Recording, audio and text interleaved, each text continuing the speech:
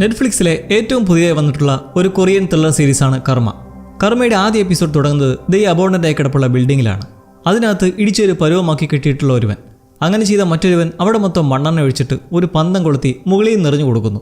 അധികം വൈകാതെ തന്നെ ഒരു വൻ സ്ഫോടനവും. ശേഷം കാണുന്നത് ഫയർഫോഴ്സ് വന്നിട്ട് തീ അണയ്ക്കാൻ ശ്രമിക്കുന്നത്. തീ കുറച്ച് ശമിപ്പിച്ച ശേഷം ആരെങ്കിലും അകത്തുണ്ടോ എന്നറിയാൻ നോക്കുമ്പോൾ മുമ്പ് കെട്ടിയിട്ടതായി കണ്ട ആൾ നല്ല പൊള്ളലേറ്റ് കിടക്കുന്നു.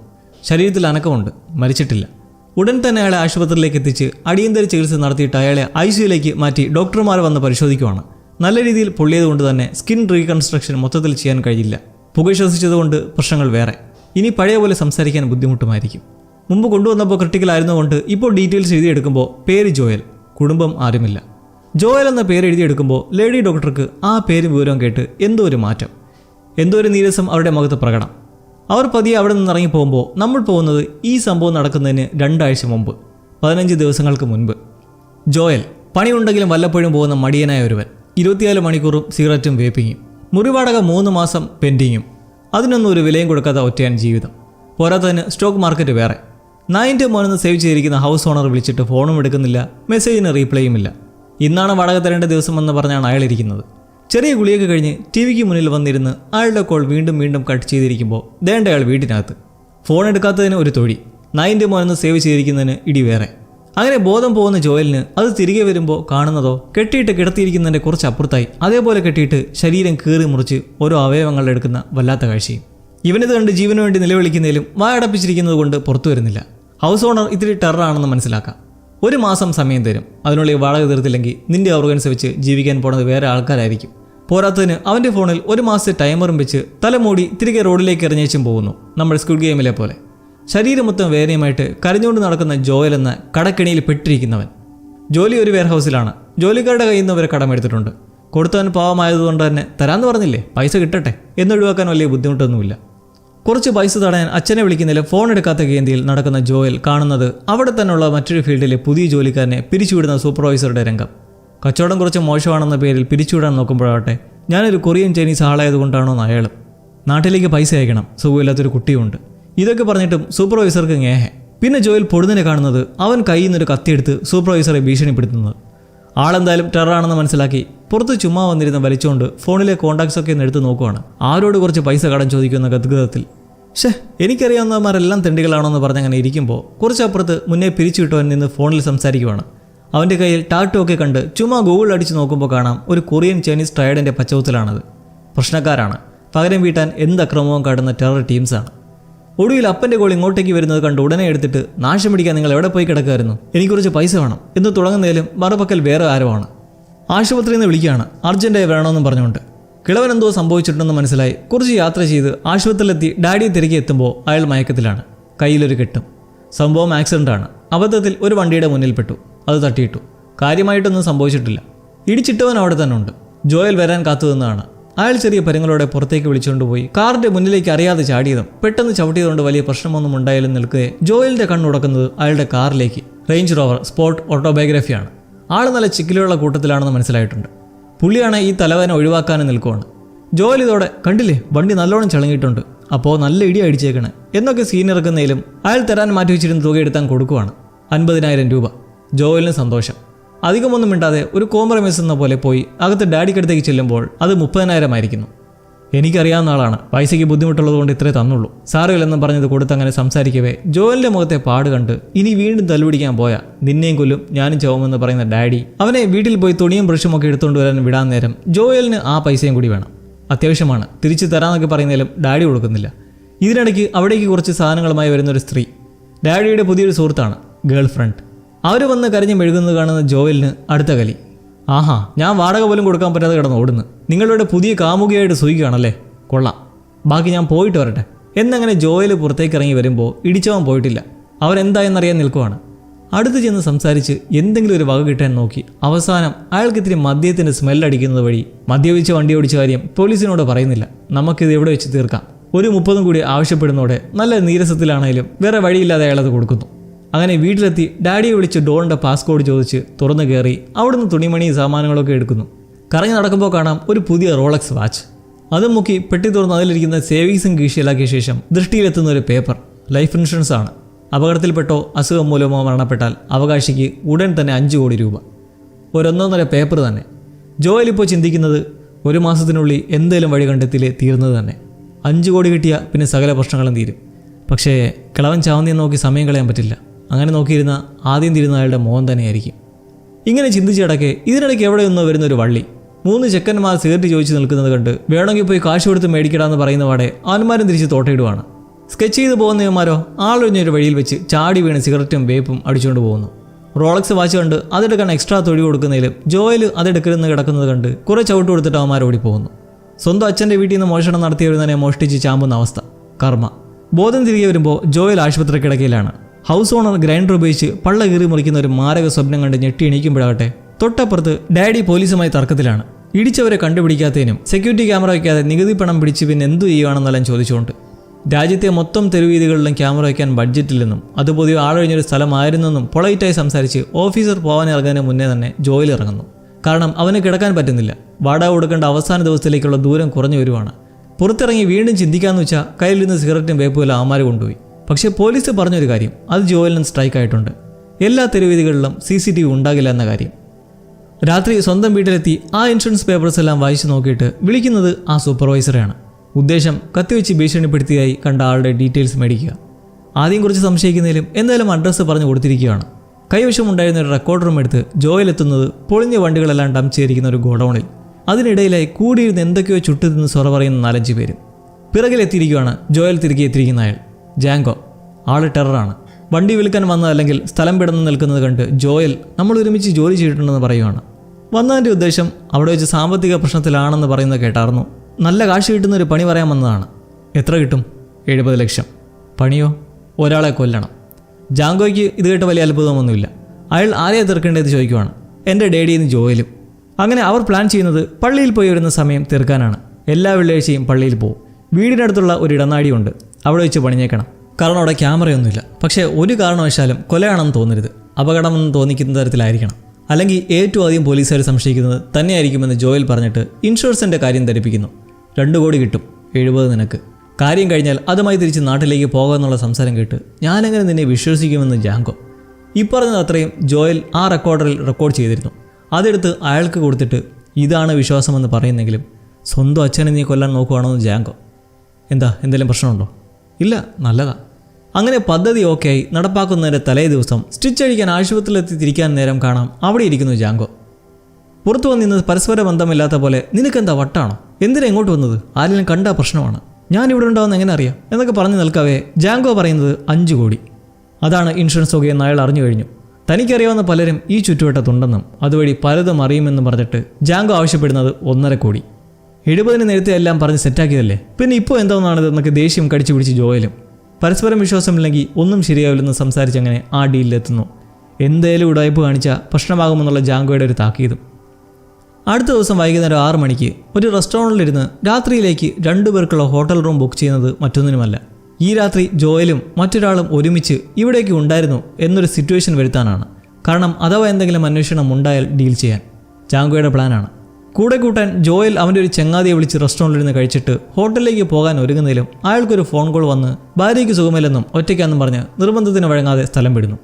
ഇനി എന്തോ ചെയ്യുമെന്ന് നിൽക്കുന്ന ജോയൽ ഒടുവിൽ ഒറ്റയ്ക്ക് ഹോട്ടലിൽ പോയി 10 മണി കഴിഞ്ഞിറങ്ങി ഒരു ഫുഡ് കോർട്ടിലെത്തി അവിടെ ഇരുന്ന് മാക്സിമം ആൾക്കാരുടെ ശ്രദ്ധ പിടിച്ചു പറ്റാൻ ഓരോന്ന് ചെയ്തുകൊണ്ടിരിക്കെ ഇന്നേരം ആ ഇടനാഴിയിലൂടെ നടക്കുന്ന ഡാഡി. കാറിൽ കാത്തുകിടന്ന ജാങ്കോ വണ്ടി സ്റ്റാർട്ടാക്കുവാണ്. പതിയെ നടക്കുന്ന അങ്ങേർക്ക് നേരെ പാഞ്ഞു വന്നൊരൊറ്റയിടി.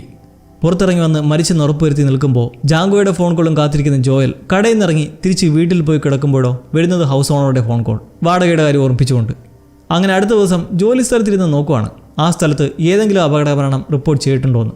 ഒന്നുമില്ല. അധികം വൈകാതെ തന്നെ പോലീസിൻ്റെ ഫോൺ വരുവാണ്. അത്യാവശ്യമായി എത്താനും നിർഭാഗ്യവശാൽ ഡാഡി മരിച്ചു എന്നും പറഞ്ഞുകൊണ്ട്. മാക്സിമം കരഞ്ഞു മെഴുകി അതീവ ദുഃഖിതനാകാൻ കിടഞ്ഞു ശ്രമിക്കുന്നുണ്ട് ജോയൽ. അച്ഛൻ്റെ ചേതനേറ്റ ശരീരം കണ്ട് പൊട്ടിക്കരിഞ്ഞ് മൂക്കളയും ചീറ്റിയിരിക്കുന്നിടത്തേക്ക് പോലീസ് എത്തിയിരിക്കുമ്പോൾ എന്താ ഉണ്ട് എന്ന് ചോദിക്കുവാണ്. കാർ അപകടമായിരുന്നു. ഉടൻ ജോയൽ, ഡ്രൈവർ ആരാന്നറിയോ? എനിക്ക് ആ നായിൻ്റെ മോനെ കാണണം. ഉദ്ദേശം പോലീസിന് എന്തെങ്കിലും ഇൻഫർമേഷൻ ഉണ്ടോ എന്നറിയാനുള്ള അടവാണെന്ന് പ്രത്യേകം പറയണ്ടല്ലോ. ഇത് ഒരു അപകട മരണമാണോ എന്ന് സംശയമുണ്ടെന്ന് പോലീസ് പറയുന്നതോടെ സീൻ മാറുവാണ്. കാരണം ഒരു സാക്ഷിയെ കിട്ടിയിട്ടുണ്ട്. അവർ പറയുന്നത് വണ്ടി ഇടിച്ച ശേഷം നിർത്തിയിട്ട് ഇറങ്ങി വന്ന് ശ്വാസമുണ്ടോ എന്ന് നോക്കിയെന്നാണ്. ഇത് കേൾക്കുന്ന ജോയലോ ഇപ്പോൾ സത്യത്തിൽ പൊട്ടിക്കരയുവാണ്. സാക്ഷിയാരെന്ന് ചോദിച്ചാൽ അത് മറ്റാരുമല്ല, മുമ്പ് കണ്ട ഡാഡിയുടെ പുതിയ കാമുകിയും. രണ്ടുപേരും ഒരേ പള്ളിയിൽ പോയി തിരിച്ചു വരികയായിരുന്നു. പിറകെ ഫോണും വിളിച്ച് ഡാഡിക്ക് ഒരു കേക്കുമായി വന്നിരുന്ന അവർ വളവിൽ വെച്ച് കാണുന്നത് വണ്ടി ഇടിപ്പിച്ചിട്ട് പുറത്തേക്ക് ഇറങ്ങി മരിച്ചു എന്ന് നോക്കുന്ന ആളെ. ഇത്രയും പറഞ്ഞ് അവരെ ഡെഡ് ബോഡിക്കടുത്തേക്ക് എത്തിക്കുമ്പോൾ അവിടെ പൊട്ടിക്കരച്ചിൽ. ഇതെല്ലാം കേട്ട് കാറ്റ് വലിക്കുന്ന ജോയൽ കുറച്ചു നേരം അങ്ങനെ ഇരുന്നിട്ട് ഓഫീസറോട്, ഇതൊരു കാർ അപകടം തന്നെ ആയിരിക്കില്ലേ? എൻ്റെ ഡാഡി ആരോടും ഉപദ്രവമൊന്നും ചെയ്തിട്ടില്ല. അദ്ദേഹത്തെ ഇങ്ങനെ മനഃപൂർവ്വം ആരെങ്കിലും കൊല്ലുമെന്ന് തോന്നുന്നുണ്ടോ? ഇവിടെ വെച്ച് ഞെട്ടിക്കുന്ന ഒരു വെളിപ്പെടുത്തൽ ജോയലിന് ഓഫീസറിൽ നിന്നും കേൾക്കേണ്ടി വരുവാണ്. എന്തെന്നാൽ ഒരു സാക്ഷിമൊഴി കൊണ്ട് മാത്രമല്ല ഇത് ആസൂത്രിതമാണോ എന്ന് സംശയിക്കാൻ കാരണം. ഇതൊരു കാർ അപകടമായിരുന്നെങ്കിൽ ഇദ്ദേഹത്തെ ഒരിക്കലും കുഴിച്ചിടില്ലായിരുന്നു. എന്നുവെച്ചാൽ ഇദ്ദേഹത്തിൻ്റെ ഡെഡ് ബോഡി കണ്ടെത്തിയത് പർവ്വത മേഖലയിൽ നിന്നാണ്, അവിടെ കുഴിച്ചിട്ടിരുന്ന രീതിയിൽ. ജോയൽ ഇത് കേട്ട് ബ്രേക്ക് ഡൗൺ ആകുമ്പോൾ അവൻ്റെ മനസ്സിൽ ഒരു ചോദ്യം മാത്രം, പന്ന നായിൻ്റെ മോനെ, എന്താണ് നീ കാണിച്ചേക്കുന്നത്? അപ്പോൾ പിന്നെ എന്താണ് വണ്ടി ഇടിച്ച ശേഷം അവിടെ നടന്നിരിക്കുന്നത്? അവൻ്റെ ഡാഡിയുടെ ബോഡി പർവ്വത മേഖലയിൽ നിന്ന് കുഴിച്ചിട്ട രീതിയിൽ കിട്ടിയപ്പോൾ ഇതിനിടയിൽ ഇപ്പോൾ എന്തൊക്കെയാ സംഭവങ്ങൾ നടന്നിട്ടുണ്ട്? എന്തൊക്കെയാണത്? ആ പർവ്വത മേഖലയിൽ ഹൈക്കിങ്ങിനായി എത്തിയിട്ടുള്ള ഒരു പെൺകുട്ടി, ഒരു വ്ളോഗറാണ്. അവൾ തലേ ദിവസം പ്രകടനമെല്ലാം കഴിഞ്ഞ് പിറ്റേന്ന് രാവിലെ ടെൻറ്റ് മടക്കി റെക്കോർഡും ചെയ്ത് തിരികെ നടക്കവേ കുറച്ച് ദൂരെയായി ഒരു പട്ടി കുരയ്ക്കുന്ന ശബ്ദം. അത് മണ്ണിലെന്തോ മാന്തി നോക്കുന്നത് കണ്ട് പട്ടിയെ ഓടിച്ച് മെല്ലെ അവിടേക്ക് എന്താന്ന് പോയി നോക്കുന്നതും പേടിച്ചു വെപ്രാളത്തിൽ അവൾ വീഴുകയാണ്. ജോയലിൻ്റെ ഡാഡിയുടെ ബോഡി കുഴിച്ചിട്ട നിലയിൽ. അപ്പോൾ അങ്ങനെയാണ് പോലീസിന് ഇതിലേക്കുള്ള വഴി എത്തിയിരിക്കുന്നത്. തലേ രാത്രിയിലെ ഫ്ലാഷ് ബാക്കിലേക്കൊന്ന് പോകാം. ഒരു ലക്ഷറി റെസ്റ്റോറൻറ്റിൽ ഇരിക്കുന്ന സമ്പന്നനായ ഡോക്ടർ സ്റ്റീഫൻ. റിച്ച് ആണെങ്കിലും ഒടുവിൽ വൈകി വന്ന കാമുകയെ കാത്തിരിക്കുന്ന ഈ ഡോക്ടറാണ് ആ ചെയ്തി നടത്തിയിരിക്കുന്നത്, ബോഡി കൊണ്ടുപോയി കുഴിച്ചിട്ടത്. എങ്ങനെയെന്ന് നോക്കാം.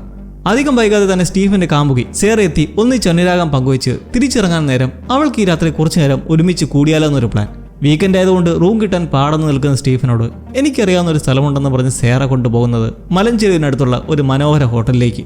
അവിടെ റൂം എടുത്ത് റൊമാൻസ് മൂഡിലേക്ക് കിടക്കാൻ സേറ വൈൻ ഓഫർ ചെയ്യുന്നതിലും സ്റ്റീഫൻ അതിൽ താല്പര്യമില്ല. കാരണം തിരിച്ച് ഡ്രൈവ് ചെയ്ത് പോകേണ്ടതാണ്.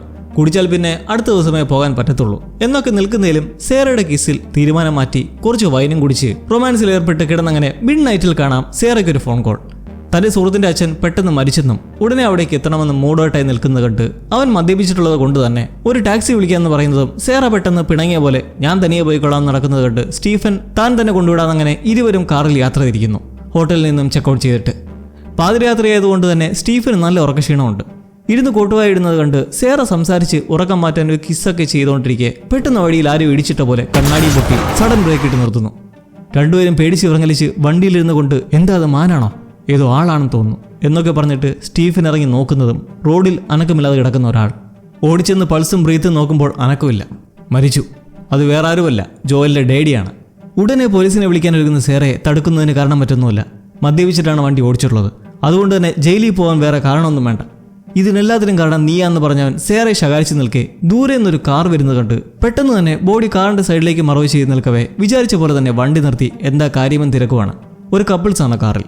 സ്റ്റീഫൻ അവരോട് വരുന്ന വഴിക്കൊന്ന് ചർക്കിയതാണെന്നും വലിയ കുഴപ്പമൊന്നും ഉണ്ടായില്ലെന്നും മറ്റും പറഞ്ഞു നിൽക്കുമ്പോൾ താനൊരു മെക്കാനിക്കാണെന്നും വേണമെങ്കിൽ വണ്ടി നോക്കാമെന്നും അയാളും ഇൻഷുറൻസ് ഉണ്ടെന്നും പറഞ്ഞ് കുഴപ്പമില്ലാത്ത പോലെ കൂട്ടരെ പറഞ്ഞു വിടുമ്പോൾ എന്നാൽ ആ കാറിലുള്ളവർക്ക് വേറെന്തോ ദുരുദ്ദേശമുണ്ട്. അയാൾ സ്റ്റീഫന്റെ ഫോട്ടോ എടുക്കാൻ പറ്റുമെന്നൊക്കെ കൂട്ടിരിക്കുന്ന പെണ്ണിനോട് ചോദിക്കുന്നുണ്ട്. അവർ ഇയാളെ എന്തിൻ്റെയോ പേരിൽ സ്കെച്ച് ചെയ്തിരിക്കുകയാണ്. സ്റ്റീഫൻ കുറച്ചുപേർ ആലോചിച്ച് നിന്നിട്ട് ആ ബോഡി എടുത്ത് കാറിൻ്റെ ഡിക്കിയിലിട്ട് അടയ്ക്കുന്നു. എന്ത് ചെയ്യാൻ പോവാ? കുടിച്ചും കൂടാ. ഈ നട്ടപ്പതിലേക്ക് വീട് പോലുമില്ല നടക്കുന്ന ഇയാളെ ആരും അന്വേഷിച്ച് നടക്കാൻ പോടില്ല. എന്തായാലും മരിച്ചില്ലേ, എത്രയും പെട്ടെന്ന് മറവ് ചെയ്യാമെന്ന് പറഞ്ഞ് നിൽക്കുന്നത് പക്ഷേ സേറയ്ക്ക് ഇഷ്ടപ്പെടുന്നില്ല. എന്തൊക്കെ മണ്ടത്തരങ്ങളാണ് ചെയ്യാൻ പോകണമെന്ന് പറഞ്ഞ് ഇരുവരും തർക്കിച്ച് സംസാരിച്ച് നിൽക്കെ കുറച്ച് മാറിയൊരു ശബ്ദം. നോക്കുമ്പോൾ കാണാം ഒരുവൻ സൈക്കിളിൽ അവിടെ നിന്നിട്ട് പതിയെ നടക്കുവാണ്. അപ്പോൾ ഈ പറഞ്ഞതെല്ലാം ഇവർ ഇത്രയും നേരം കേട്ടുകൊണ്ടിരുന്നതായിരിക്കണം. ആകെ കൺട്രോൾ പോയി നിൽക്കുന്ന സ്റ്റീഫൻ ഇത് കാണുന്ന പാടെ അരിശം മൂത്ത് സൈക്കിളും ചവിട്ടി വെപ്രാളത്തിൽ വെച്ച് പിടിക്കുന്ന അവനെയും ചാടി ഒരൊറ്റ തൊഴി. അവനും തറയിലടിച്ച് തലയും പൊട്ടി അനങ്ങാതെ കിടപ്പ്. സ്റ്റീഫന് ഭ്രാന്ത് പിടിച്ച് ചെന്നവൻ്റെ ബ്രീത്ത് നോക്കി നേരെ ഡിക്കിയിലേക്ക് തട്ടിയിട്ട് സേറയോട് കാറിൽ കയറാൻ പറയുന്നു. അവളാണെങ്കിൽ ടോട്ടൽ ബ്ലാങ്കായി നിൽക്കുവാണ്. ഞാൻ ജയിലിൽ പോകുന്ന കാണണ്ടേൽ എൻ്റെ കൂടെ വാന്നും വിളിച്ചങ്ങനെ അവർ ആ ഏകാന്തമായ മലമ്പ്രദേശത്തേക്ക് വണ്ടി ഓടിച്ച് കയറുവാണ്. രണ്ടുപേരെയും ഒരുമിച്ച് കുഴിച്ചുമൂടാനുള്ള ഉദ്ദേശമാണെന്ന് സേറ ഭയക്കുന്നെങ്കിലും സൈക്കിൾ ഓടിച്ചവൻ മരിച്ചിട്ടില്ല. അവന് ബോധം വന്ന് ചുറ്റുപാടും ടോർച്ചിട്ട് നോക്കിയിട്ട് തൊട്ടടുത്തൊരു ശവം കിടക്കുന്നുണ്ട് അലറി കരയുന്നതും അത് കേൾക്കുന്ന സ്റ്റീഫൻ ഇറങ്ങി വന്ന് ഡിക്കി തുറന്ന് അവനെ വിരട്ടി മിണ്ടാതിരിക്കാനും ഒരാളെ കൂടി കൊന്നാലും ഇനി ഒന്നും മാറാൻ പോണില്ലെന്ന് ഭീഷണിപ്പെടുത്തുന്നു. ഞാനൊന്നും കണ്ടിട്ടില്ല, എന്നെ വെറുതെ വിടുന്നും പറഞ്ഞ് പേടിച്ച് മെഴുകുവാണ് അവനും. സ്റ്റീഫനുടനെ അവൻ്റെ ബാങ്ക് അക്കൗണ്ട് ചോദിക്കുന്ന കേട്ട് വിക്കി പറയുന്ന വഴി ഉടനെ തന്നെ അതിലേക്കൊരു 10 ലക്ഷം രൂപ ഡെപ്പോസിറ്റ് ചെയ്യുവാണ്. ഇപ്പോൾ നമ്മൾ കൂട്ടാളികളായി കഴിഞ്ഞിരിക്കുന്നു. എന്തായാലും നീ മരിക്കാനുള്ളതാ. ഇവിടെ നടന്നത് നീ കണ്ടിട്ടേ ഇല്ല. ആ പടവുമായി മിണ്ടാതെ ജീവിച്ചു എന്ന് പറയുന്ന സ്റ്റീഫനോട് വളരെ നന്ദിയുണ്ടെന്നും പറഞ്ഞ് പോവാനൊരുങ്ങുന്ന അവനെ വിളിച്ച് ഇത്രയും തന്നേരെ നന്ദി കാണിക്കുമെന്ന് പറഞ്ഞ് സ്റ്റീഫൻ അവനുമായി ചേർന്ന് ആ ബോഡി അവിടെ കുഴിച്ചു മൂടാൻ തുടങ്ങുന്നു. വെപ്രാളത്തിൽ സ്റ്റീഫന്റെ കയ്യിൽ കല്ല് തറച്ചു കയറി ഒരു മുറിവും. തണുപ്പായതുകൊണ്ട് മണ്ണ് നല്ല കട്ടിയാണ്. സ്റ്റീഫൻ നേരെ ഉള്ള കുഴിയിലേക്ക് ബോഡി കൊണ്ടിട്ട് മൂടാൻ പറയുന്നു. കുറച്ചുകൂടെ കുഴി വേണ്ടായോ എന്ന മറ്റവൻ്റെ സംശയം നോക്കാതെ. അങ്ങനെ നേരെ തിരിച്ച് വണ്ടിയിൽ കയറി അങ്ങനെ ഇരിക്കുമ്പോൾ അടുത്ത പ്രശ്നം. എനിക്കിത് വിശ്വസിക്കാൻ പറ്റുന്നില്ല. എൻ്റെ മനസ്സിൽ നിന്ന് പോണേയില്ല. ഒരു 10 ലക്ഷം കൂടി തന്നാൽ ഞാനിത് മറന്നേക്കാം, പ്രോമിസ്. പെഡലിൽ ചവിട്ടി നടന്നവൻ പെഡലിക്കാവുന്ന കാഴ്ച. സ്റ്റീഫൻ ഇതൊരു ബ്ലാക്ക് മെയിലിങ്ങിൻ്റെ തുടക്കമാണെന്ന് മനസ്സിലായി. അവനോട് 10 അല്ല 20 ലക്ഷം തരാം, മേല കൺമുമ്പി വന്നേക്കരുത് എന്ന് പറയുമ്പോൾ അവനത് സന്തോഷം. അങ്ങനെ കാറുമെടുത്ത് സ്ഥലം വിടുമ്പോൾ ഇതിനെല്ലാം സാക്ഷിയായ ഒരാൾ, രഹസ്യം പുറത്തു കൊണ്ടുവന്ന ആ പട്ടി. അങ്ങനെ വെളിച്ചം വീണതോടെ BMW ഓടിച്ച് നേരെ തിരിച്ചു വന്ന് സേറയോടൊന്ന് പോയി റിലാക്സ്ഡ് ആകാൻ ഇറക്കി വിട്ടിട്ട് കാറിൻ്റെ പൊട്ടിയ ഭാഗമൊക്കെ ഒന്ന് പരിശോധിക്കുകയെ മറ്റവനും അങ്ങോട്ടേക്ക് ഇറങ്ങി വരുവാണ്. വേറെ ആവശ്യമൊന്നുമില്ലെങ്കിൽ ഞാനങ്ങോട്ട് പോയിക്കോട്ടെ എന്നും പറഞ്ഞ്. അങ്ങനെ പറഞ്ഞ് 20 ലക്ഷവും ട്രാൻസ്ഫർ ചെയ്ത് താക്കീത് നൽകി പറഞ്ഞു വിട്ട് സ്വന്തം അക്കൗണ്ടിലെ ബാലൻസ് 4 ലക്ഷം കണ്ട് കാറിൽ കയറി ഒറ്റ രാത്രി കൊണ്ട് ജീവിതം തകിടം മറന്നതിനെപ്പറ്റി ചിന്തിച്ച് ദേഷ്യം പ്രകടിപ്പിക്കുമ്പോൾ മറ്റവനതാ വീണ്ടും. വീട്ടിൽ പോകാൻ കാശായിട്ട് കയ്യിലൊന്നുമില്ല. എന്തെങ്കിലും ചില്ലറയ്ക്ക് വന്ന് നിൽക്കുവാണ്. ഒന്നും ചെയ്യാൻ പറ്റാത്ത വല്ലാത്തൊരവസ്ഥ. വഴിച്ചെലവും കൊടുത്ത് കാറിലെ ക്യാമറയിൽ നിന്ന് മെമ്മറി കാർഡും എടുത്തു മാറ്റി വണ്ടി ഷോറൂമിൽ കൊണ്ടു ചെല്ലുമ്പോഴോ പണി തിറക്കാൻ 5 ലക്ഷം രൂപയോളവും. ഇട്ടിരുന്ന വസ്ത്രവും മെമ്മറി കാർഡും കവറിലാക്കി ഗാർബേജിലിട്ട് അങ്ങനെ ആ ദിവസം കടന്നു പോകുമ്പോൾ പിറ്റേ ദിവസം മുതൽ സ്റ്റീഫൻ്റെ നോട്ടം ആ മലയോര പ്രദേശത്തേക്ക് ആരെങ്കിലും ഹൈക്കിങ്ങിന് പോയോ അല്ലെങ്കിൽ അവിടുന്ന് ഡെഡ് ബോഡി വല്ലതും കണ്ടെത്തിയോ എന്നൊക്കെയുള്ള ന്യൂസുകൾ വന്നിട്ടുണ്ടോ എന്ന്. ക്ലിനിക്കിലേക്ക് കയറി പോകുന്നതെല്ലാം വീക്ഷിച്ചും ഫോട്ടോസ് എടുത്തും അവരും പിറകെ തന്നെയുണ്ട്. മുമ്പ് രാത്രിയിൽ കാറിൽ വന്ന് കാര്യം തിരക്കി കടന്നുപോയ ആ 2 പേർ. സ്റ്റീഫനിപ്പോൾ വണ്ടി ഷോറൂമിൽ നിന്ന് എടുക്കാൻ പൈസ അത്യാവശ്യമാണ്.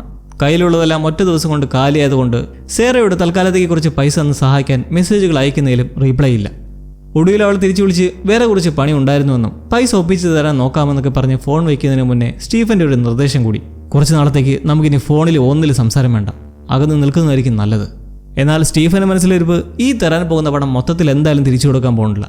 കാരണം എല്ലാത്തിനും വഴിവെച്ചത് ഇവള് തന്നെയല്ലേ.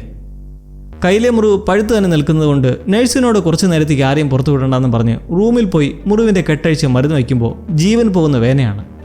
ആ പെയിനിലിരിക്കുന്നതും ആരോ കതകും മുട്ടി അകത്തേക്ക് വരുന്നത് കേട്ട് ഇപ്പോൾ ആരെയും കയറ്റി വിടണ്ടെന്ന് പറഞ്ഞല്ലേ. എന്നാൽ വേന കൊണ്ട് പുളഞ്ഞ് പറഞ്ഞിട്ട് നോക്കുമ്പോഴോ മുന്നിൽ വന്ന് നിൽക്കുന്നത് രോഗിയൊന്നുമല്ല, അവനാണ്. ആ സൈക്കിൾക്കായി 30 ലക്ഷം കൊടുത്ത് ഇനി മുന്നിൽ കണ്ടുപോരെന്ന് പറഞ്ഞു വിട്ടവൻ. സ്ക്വിഡ് ഗെയിമിലെ ചോ സാങ്ങു ഇവിടെ ഇപ്പോൾ കർമ്മയിലെത്തുമ്പോൾ കോക്നാം ഒറ്റ രാത്രി കൊണ്ട് 30 ലക്ഷം അക്കൗണ്ടിലെത്തിയതിന് പിറകെ വീണ്ടും മുന്നിൽ എത്തിയിരിക്കുന്നത് എന്തിനാണെന്ന് അറിയും മുന്നേ സ്റ്റീഫൻ അറിയേണ്ടത് അയാൾ എവിടെയാണെന്ന്, എങ്ങനെയാണ് കോക്കിന് പിടികിട്ടിയതെന്ന്. അന്ന് രാത്രി കാറിൻ്റെ പിൻസീറ്റിൽ കാർഡുണ്ടായിരുന്നു, അതുവഴി കണ്ടുപിടിച്ചതാണ്. അന്നത്തെ സംഭവത്തിന് ശേഷം ശരീരമാസകലം വേദന. എന്തെങ്കിലും ചികിത്സ വേണ്ടി വരുമോ ഡോക്ടറെ എന്ന് നിറങ്ങുന്ന കോക്കിനെ നോക്കി എന്താ നിന്റെ ഉദ്ദേശം എന്ന് ചോദിക്കുമ്പോഴാണ് ഇതൊരു വൻ മാരണം തന്നെയാണെന്ന് സ്റ്റീഫന് മനസ്സിലാവുന്നത്. ഒരു മനുഷ്യനോട് ഇങ്ങനെ കാണിച്ചത് വളരെ ക്രൂരമാണെന്നും ഇത് മനസ്സിൽ നിന്ന് പോന്നേയില്ല. പോലീസിനോട് എന്തായാലും പറയാൻ പോണില്ല, വാക്ക് തന്നതല്ലേ. അതുകൊണ്ട് ഒരു 30 കൂടി തന്നാൽ ഞാനങ്ങ് പോയേക്കാം. ഒരു നിവൃത്തിയും ഇല്ലാത്ത സമയത്ത് ഇത് കേട്ട ആരാ കരയാത്തത്? പക്ഷേ ഈ കരയുന്നത് നമ്മുടെ ജോയലാണ് കേട്ടോ. ഡാഡി മരിച്ചതിൻ്റെ പേരിൽ വീണ്ടും കുറേ ഫേക്ക് കരച്ചിൽ നടത്തി വന്നിരിക്കുന്ന അവൻ്റെ അടുക്കലേക്ക് പോലീസ് എത്തി തിരക്കുവാണ്. ഡാഡി മരിക്കുന്ന ആ രാത്രി എവിടെയായിരുന്നുവെന്ന്. മുൻകൂട്ടി കണ്ട ഈ ചോദ്യത്തിനുള്ള ഉത്തരം നേരത്തെ തന്നെ ജോയൽ റെഡിയാക്കിയത് നമ്മൾ കണ്ടതാണ്. വൈകുന്നേരം ഒരു സുഹൃത്തുമായി റെസ്റ്റോറൻറ്റിൽ കൂടി, പിന്നെ ഒറ്റയ്ക്ക് ഹോട്ടൽ റൂം എടുത്ത് തങ്ങി 11 മണിയോടെ ഫുഡ് കോർട്ടിലെത്തി ഫുഡ് കഴിച്ച് വീട്ടിലേക്ക്. പോലീസ് ഇത് നോട്ട് ചെയ്ത് ഈ സ്ഥലങ്ങളിലെല്ലാം പോയി അന്വേഷിച്ച് ഉറപ്പുവരുത്തുമ്പോൾ സംസ്കാരത്തിൻ്റെ അന്ന് തന്നെ ജോയൽ ഇൻഷുറൻസ് പേപ്പറുമായി ഓഫീസിലേക്ക് എത്തിയിരിക്കുകയാണ്. കുറച്ചു നേരം വെയിറ്റ് ചെയ്യാൻ പറഞ്ഞങ്ങനെ ജോയലിനെ കുറച്ചധികം നേരം ഇരുത്തി മുഷിപ്പിച്ചിട്ട് മാനേജറുടെ അടുത്തേക്ക് പറഞ്ഞു വിടുമ്പോൾ അവിടെ അടുത്ത ട്വിസ്റ്റ്. മുമ്പ് ഡാഡിയെ വണ്ടി ഇടിച്ചതിൻ്റെ പേരിൽ പിഴിഞ്ഞെടുത്ത ആ ആളാണ് ഈ ഇൻഷുറൻസ് കമ്പനിയുടെ മാനേജർ. ജോയലിൻ്റെ അടുത്ത കർമ്മഫലം. ഇതൊരു സ്വാഭാവിക മരണമായി തോന്നുന്നില്ലെന്നും ഇപ്പോൾ പോലീസിനെ വിളിച്ച് അന്വേഷിച്ച് ഇൻവെസ്റ്റിഗേഷൻ റിപ്പോർട്ട്സൊക്കെ കാണുമ്പോൾ ആരോ മനഃപൂർവ്വം ചെയ്താകാൻ സാധ്യതയുണ്ട്. അതുകൊണ്ട് ഒന്ന് ഫാക്ട് ചെക്ക് നടത്തിയ ശേഷമേ പ്രൊസീഡ് ചെയ്യാനാകൂ. കുറച്ച് താമസമുണ്ടാകും, ക്ഷമിക്കുക എന്ന മാനേജറുടെ വാക്കിൽ ജോയൽ ആദ്യം കുറച്ച് ചൂടായി. എൻ്റെ ഡാഡി 10 വർഷമായി അടച്ചു വന്ന ഇൻഷുറൻസ് ആണതെന്നെല്ലാം പറഞ്ഞ് നോക്കുന്നതിലും മാനേജർ മാന്യമായിട്ട് സമയമെടുക്കുമെന്ന് ആവർത്തിക്കുവാണ്. അങ്ങനെ നിരാശനായി കമ്പനിയിൽ നിന്ന് ഇറങ്ങിപ്പോകുന്നത് കാണാൻ ഇടയാകുന്ന പോലീസ് ഓഫീസർക്കും എന്തോ ഡൗട്ട്. വാടക കൊടുക്കാൻ ഇനി 16 ദിവസം മാത്രം ബാക്കി. ആൾ നല്ല മൂഡൌട്ടായി മെമ്മോറിയലിനടുത്തേക്ക് വന്നിരിക്കെ ആരോ കാണാൻ കാത്തിരിക്കുന്നു എന്ന വാക്ക് കേട്ട് പോയി നോക്കുമ്പോഴോ ജാങ്കോ കൊന്നതിൻ്റെ പ്രതിഫലത്തിന് വന്നിരിക്കുവാണ്. അയാളെ പുറത്തേക്ക് വിളിച്ച് നിർത്തി ദേഷ്യം കടിച്ചു പിടിച്ച് ചോദിക്കുന്നത് എന്തുകൊണ്ടാക്കാൻ ആ ബോഡി എടുത്ത് മലമുകളിൽ കൊണ്ടുപോയി കുടിച്ചിട്ടേന്ന്. അതിൻ്റെ പേരിൽ ഇപ്പോൾ പോലീസിൻ്റെ പ്രധാന സംശയം തന്നെ ഞാനാണ്. ജാങ്കോ പറയുന്നതാകട്ടെ ഡാഡി ആ സമയം മരിച്ചിട്ടില്ലായിരുന്നുവെന്നും തൻ്റെ മുഖം അയാൾ കണ്ടിരുന്നെന്നും. ഇതുപോലത്തെ പരിപാടിയാകുമ്പോൾ പല റിസ്കുകളും ഉണ്ടാകും, ഇനിയും വിശദീകരിക്കണോ എന്നിങ്ങനെ ചോദിച്ച് പണം കിട്ടിയില്ലേ ഇനി അടികളിലും പോണത് നീയാണെന്ന് കേൾക്കുന്ന ജോയൽ തട്ടിക്കയറുന്നതും ഒരൊറ്റയടി. എന്നിട്ട് ആ പ്ലാൻ ചെയ്ത റെക്കോർഡർ എടുത്ത് കേൾപ്പിക്കുവാണ് തെളിവെന്ന രീതിയിൽ.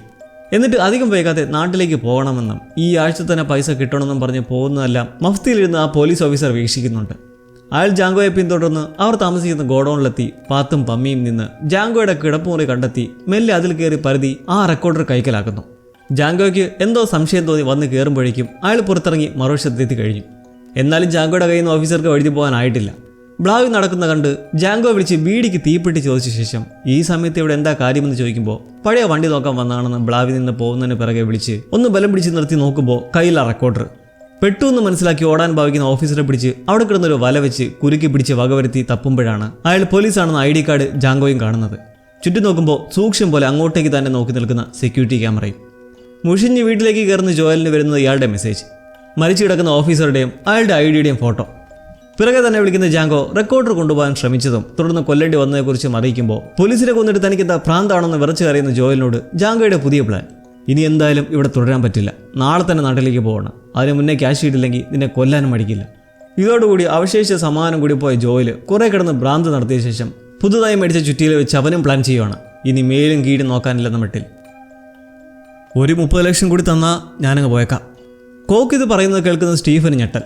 അത് കിട്ടിയാൽ പിന്നെ ഇതെല്ലാം മറന്നേക്കാമെന്ന് തിരിച്ചു പറയുന്നത് കേട്ട് നിസ്സഹായതയും നിവൃത്തികേടും കലർന്ന സ്വരത്തിൽ ഒരാഴ്ച സമയം തരാൻ പറഞ്ഞു വിടുമ്പോൾ കോക്കാകട്ടെ സന്തോഷത്തോടെ ഇറങ്ങി റിസപ്ഷനിസ്റ്റിനോട് ഡോക്ടറുടെ പുതിയ കൂട്ടുകാരനാണ്, വീണ്ടും കാണാമെന്ന് പറഞ്ഞിറങ്ങി പോകുന്നു. അതും കേട്ട് അരിശം പൂണ്ടിരിക്കുന്ന സ്റ്റീഫന് വരുന്ന ഫോൺ കോൾ. ഷോറൂമിൽ നിന്ന് വണ്ടി റെഡിയായി. അങ്ങനെ കുട്ടപ്പനാക്കിയെടുത്ത വണ്ടി പോയി കണ്ട് വിചാരിച്ചതിലും കുറച്ച് കൂടുതൽ പണം വേണ്ടി വന്നെന്ന് സ്റ്റാഫ് പറയുന്നത് കേൾക്കുമ്പോൾ ഇടിച്ചതൊരു വലിയ മാനയായിരുന്നു എന്ന് സ്റ്റീഫന്റെ മറുപടി. മാനോ? സ്റ്റാഫ് ഇത് കേട്ട് സംശയിച്ച് നിൽക്കുന്നത് കണ്ട് സ്റ്റീഫൻ അധികമൊന്നും മിണ്ടാതെ നമുക്ക് പേയ്മെന്റിലേക്ക് കിടക്കാമെന്ന് പറയുമ്പോൾ സ്റ്റാഫ് സംശയിച്ചതിന് പിന്നിൽ ഒരു റീസണുണ്ട്. മാനായിരുന്നേൽ ആദ്യമേ ഇടിക്കേണ്ടത് ബമ്പറിലാണ്. ഇതിപ്പോൾ ബമ്പറിന് കുഴപ്പമൊന്നുമില്ലാതെ കണ്ണാടിക്കും മറ്റുമാണ് കുഴപ്പം പറ്റിയിരിക്കുന്നത്. ചിലപ്പോൾ മാൻ നല്ലോണം ചാടിയതുകൊണ്ടായിരിക്കും അല്ലേ എന്ന് പോകുന്ന സ്റ്റാഫിലൂടെ സ്റ്റീഫന് ശക്തമായ സംശയം ജനിക്കുവാണ്.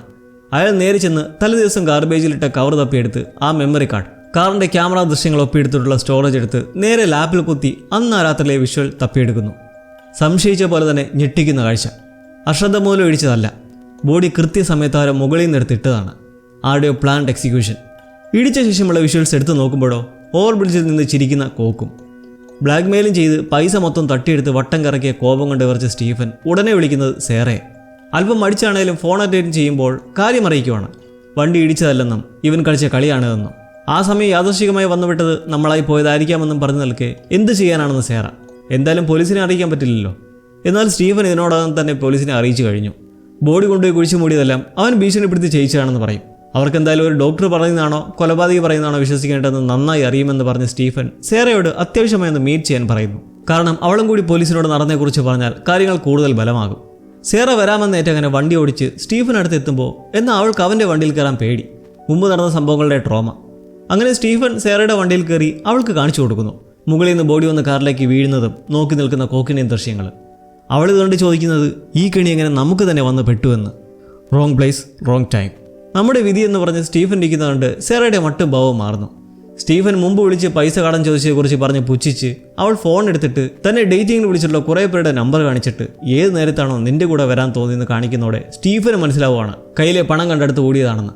അവന് കലിയിളകി ഉപദ്രവിക്കാൻ ശ്രമിക്കുന്നതും ഒരാൾ പെട്ടെന്ന് കാറിലേക്ക് കയറി ക്ലോറോഫോം പിടിപ്പിച്ച് സ്റ്റീഫനെ മയക്കുന്നു. എന്നിട്ട് കൈകൂട്ടി കെട്ടുന്നതും അവനാണ്, കോക്ക്. അപ്പോൾ ഈ കോക്കും സേറയും അടുപ്പക്കാരാണ്. അവരുടെ ട്രാപ്പിൽ വീണ സ്റ്റീഫനും. ഇവരെ ഇനി എന്ത് ചെയ്യണമെന്ന് പരസ്പരം സംസാരിച്ച് ഒടുവിൽ നമുക്ക് നമ്മുടെ സ്പോട്ടിലേക്ക് പോയാലെന്നുള്ള സേറയുടെ വാക്ക് കേട്ട് അവർ ചെന്നെത്തുന്നതോ ആ റൂയിൻഡ് ബിൽഡിങ്ങിലേക്ക്. നമ്മൾ ഏറ്റവും ആദ്യമേ ജോയലിനെ കെട്ടിയിട്ടിരിക്കുന്നതായി കണ്ട കെട്ടിടം. നിലവിൽ ആ സംഭവം ഇനിയും നടന്നിട്ടില്ല. അവിടെ ജോയലിന് ഒരു ദിവസത്തെ സാവകാശം കൊടുത്തിരിക്കുകയാണല്ലോ ജാങ്കോ. കാറിൽ സേറ എല്ലാം കരുതിയിട്ടുണ്ടെന്ന് മനസ്സിലാക്കാം. കോക്കിറങ്ങി കാറിൻ്റെ ഡിക്കി തുറന്ന് അതിൽ നിന്നൊരു ഷവലെടുത്ത് കുറച്ച് മാറി കുഴിക്കാൻ തുടങ്ങുവാണ് സ്റ്റീഫനെ കുഴിച്ചു മൂടാൻ. കാറിൽ നിന്ന് പുറത്തിറങ്ങാതിരിക്കുന്ന സേറയും വിളിച്ച് പെട്ടെന്ന് പണി തീർക്കാൻ ഇറക്കുമ്പോൾ അവൾക്കവിടെ മറക്കാനാകാത്ത കുറച്ച് ഓർമ്മകളുണ്ട്. അയവിറക്കാനൊന്നും സമയമില്ല. പെട്ടെന്ന് കുഴിക്കുന്ന അങ്ങനെ ഇരുവരും ചിരിയും കളിയുമായി കുഴിക്കുമ്പോൾ മുമ്പിലുള്ള കാറിൽ നമ്മുടെ സ്റ്റീഫന് എഫക്റ്റ് വിട്ട് ബോധം പതിയെ വരുവാണ്. കൂടെ നിന്ന് പ്രണയം നടിച്ച് ചതിച്ചതിൻ്റെ ദേഷ്യത്തിൽ ഒന്നും നോക്കാതെ പൊളഞ്ഞു പൊളഞ്ഞ് വണ്ടി സ്റ്റാർട്ട് ചെയ്ത് ആക്സിലേറ്ററിൽ ഒറ്റ ചവിട്ട് നേരെ പാഞ്ഞു നിന്ന് ആ പെണ്ണിനെ ഭിത്തിയിൽ ഒട്ടിച്ചെടുക്കുന്നു. സേറയും തീർന്നു.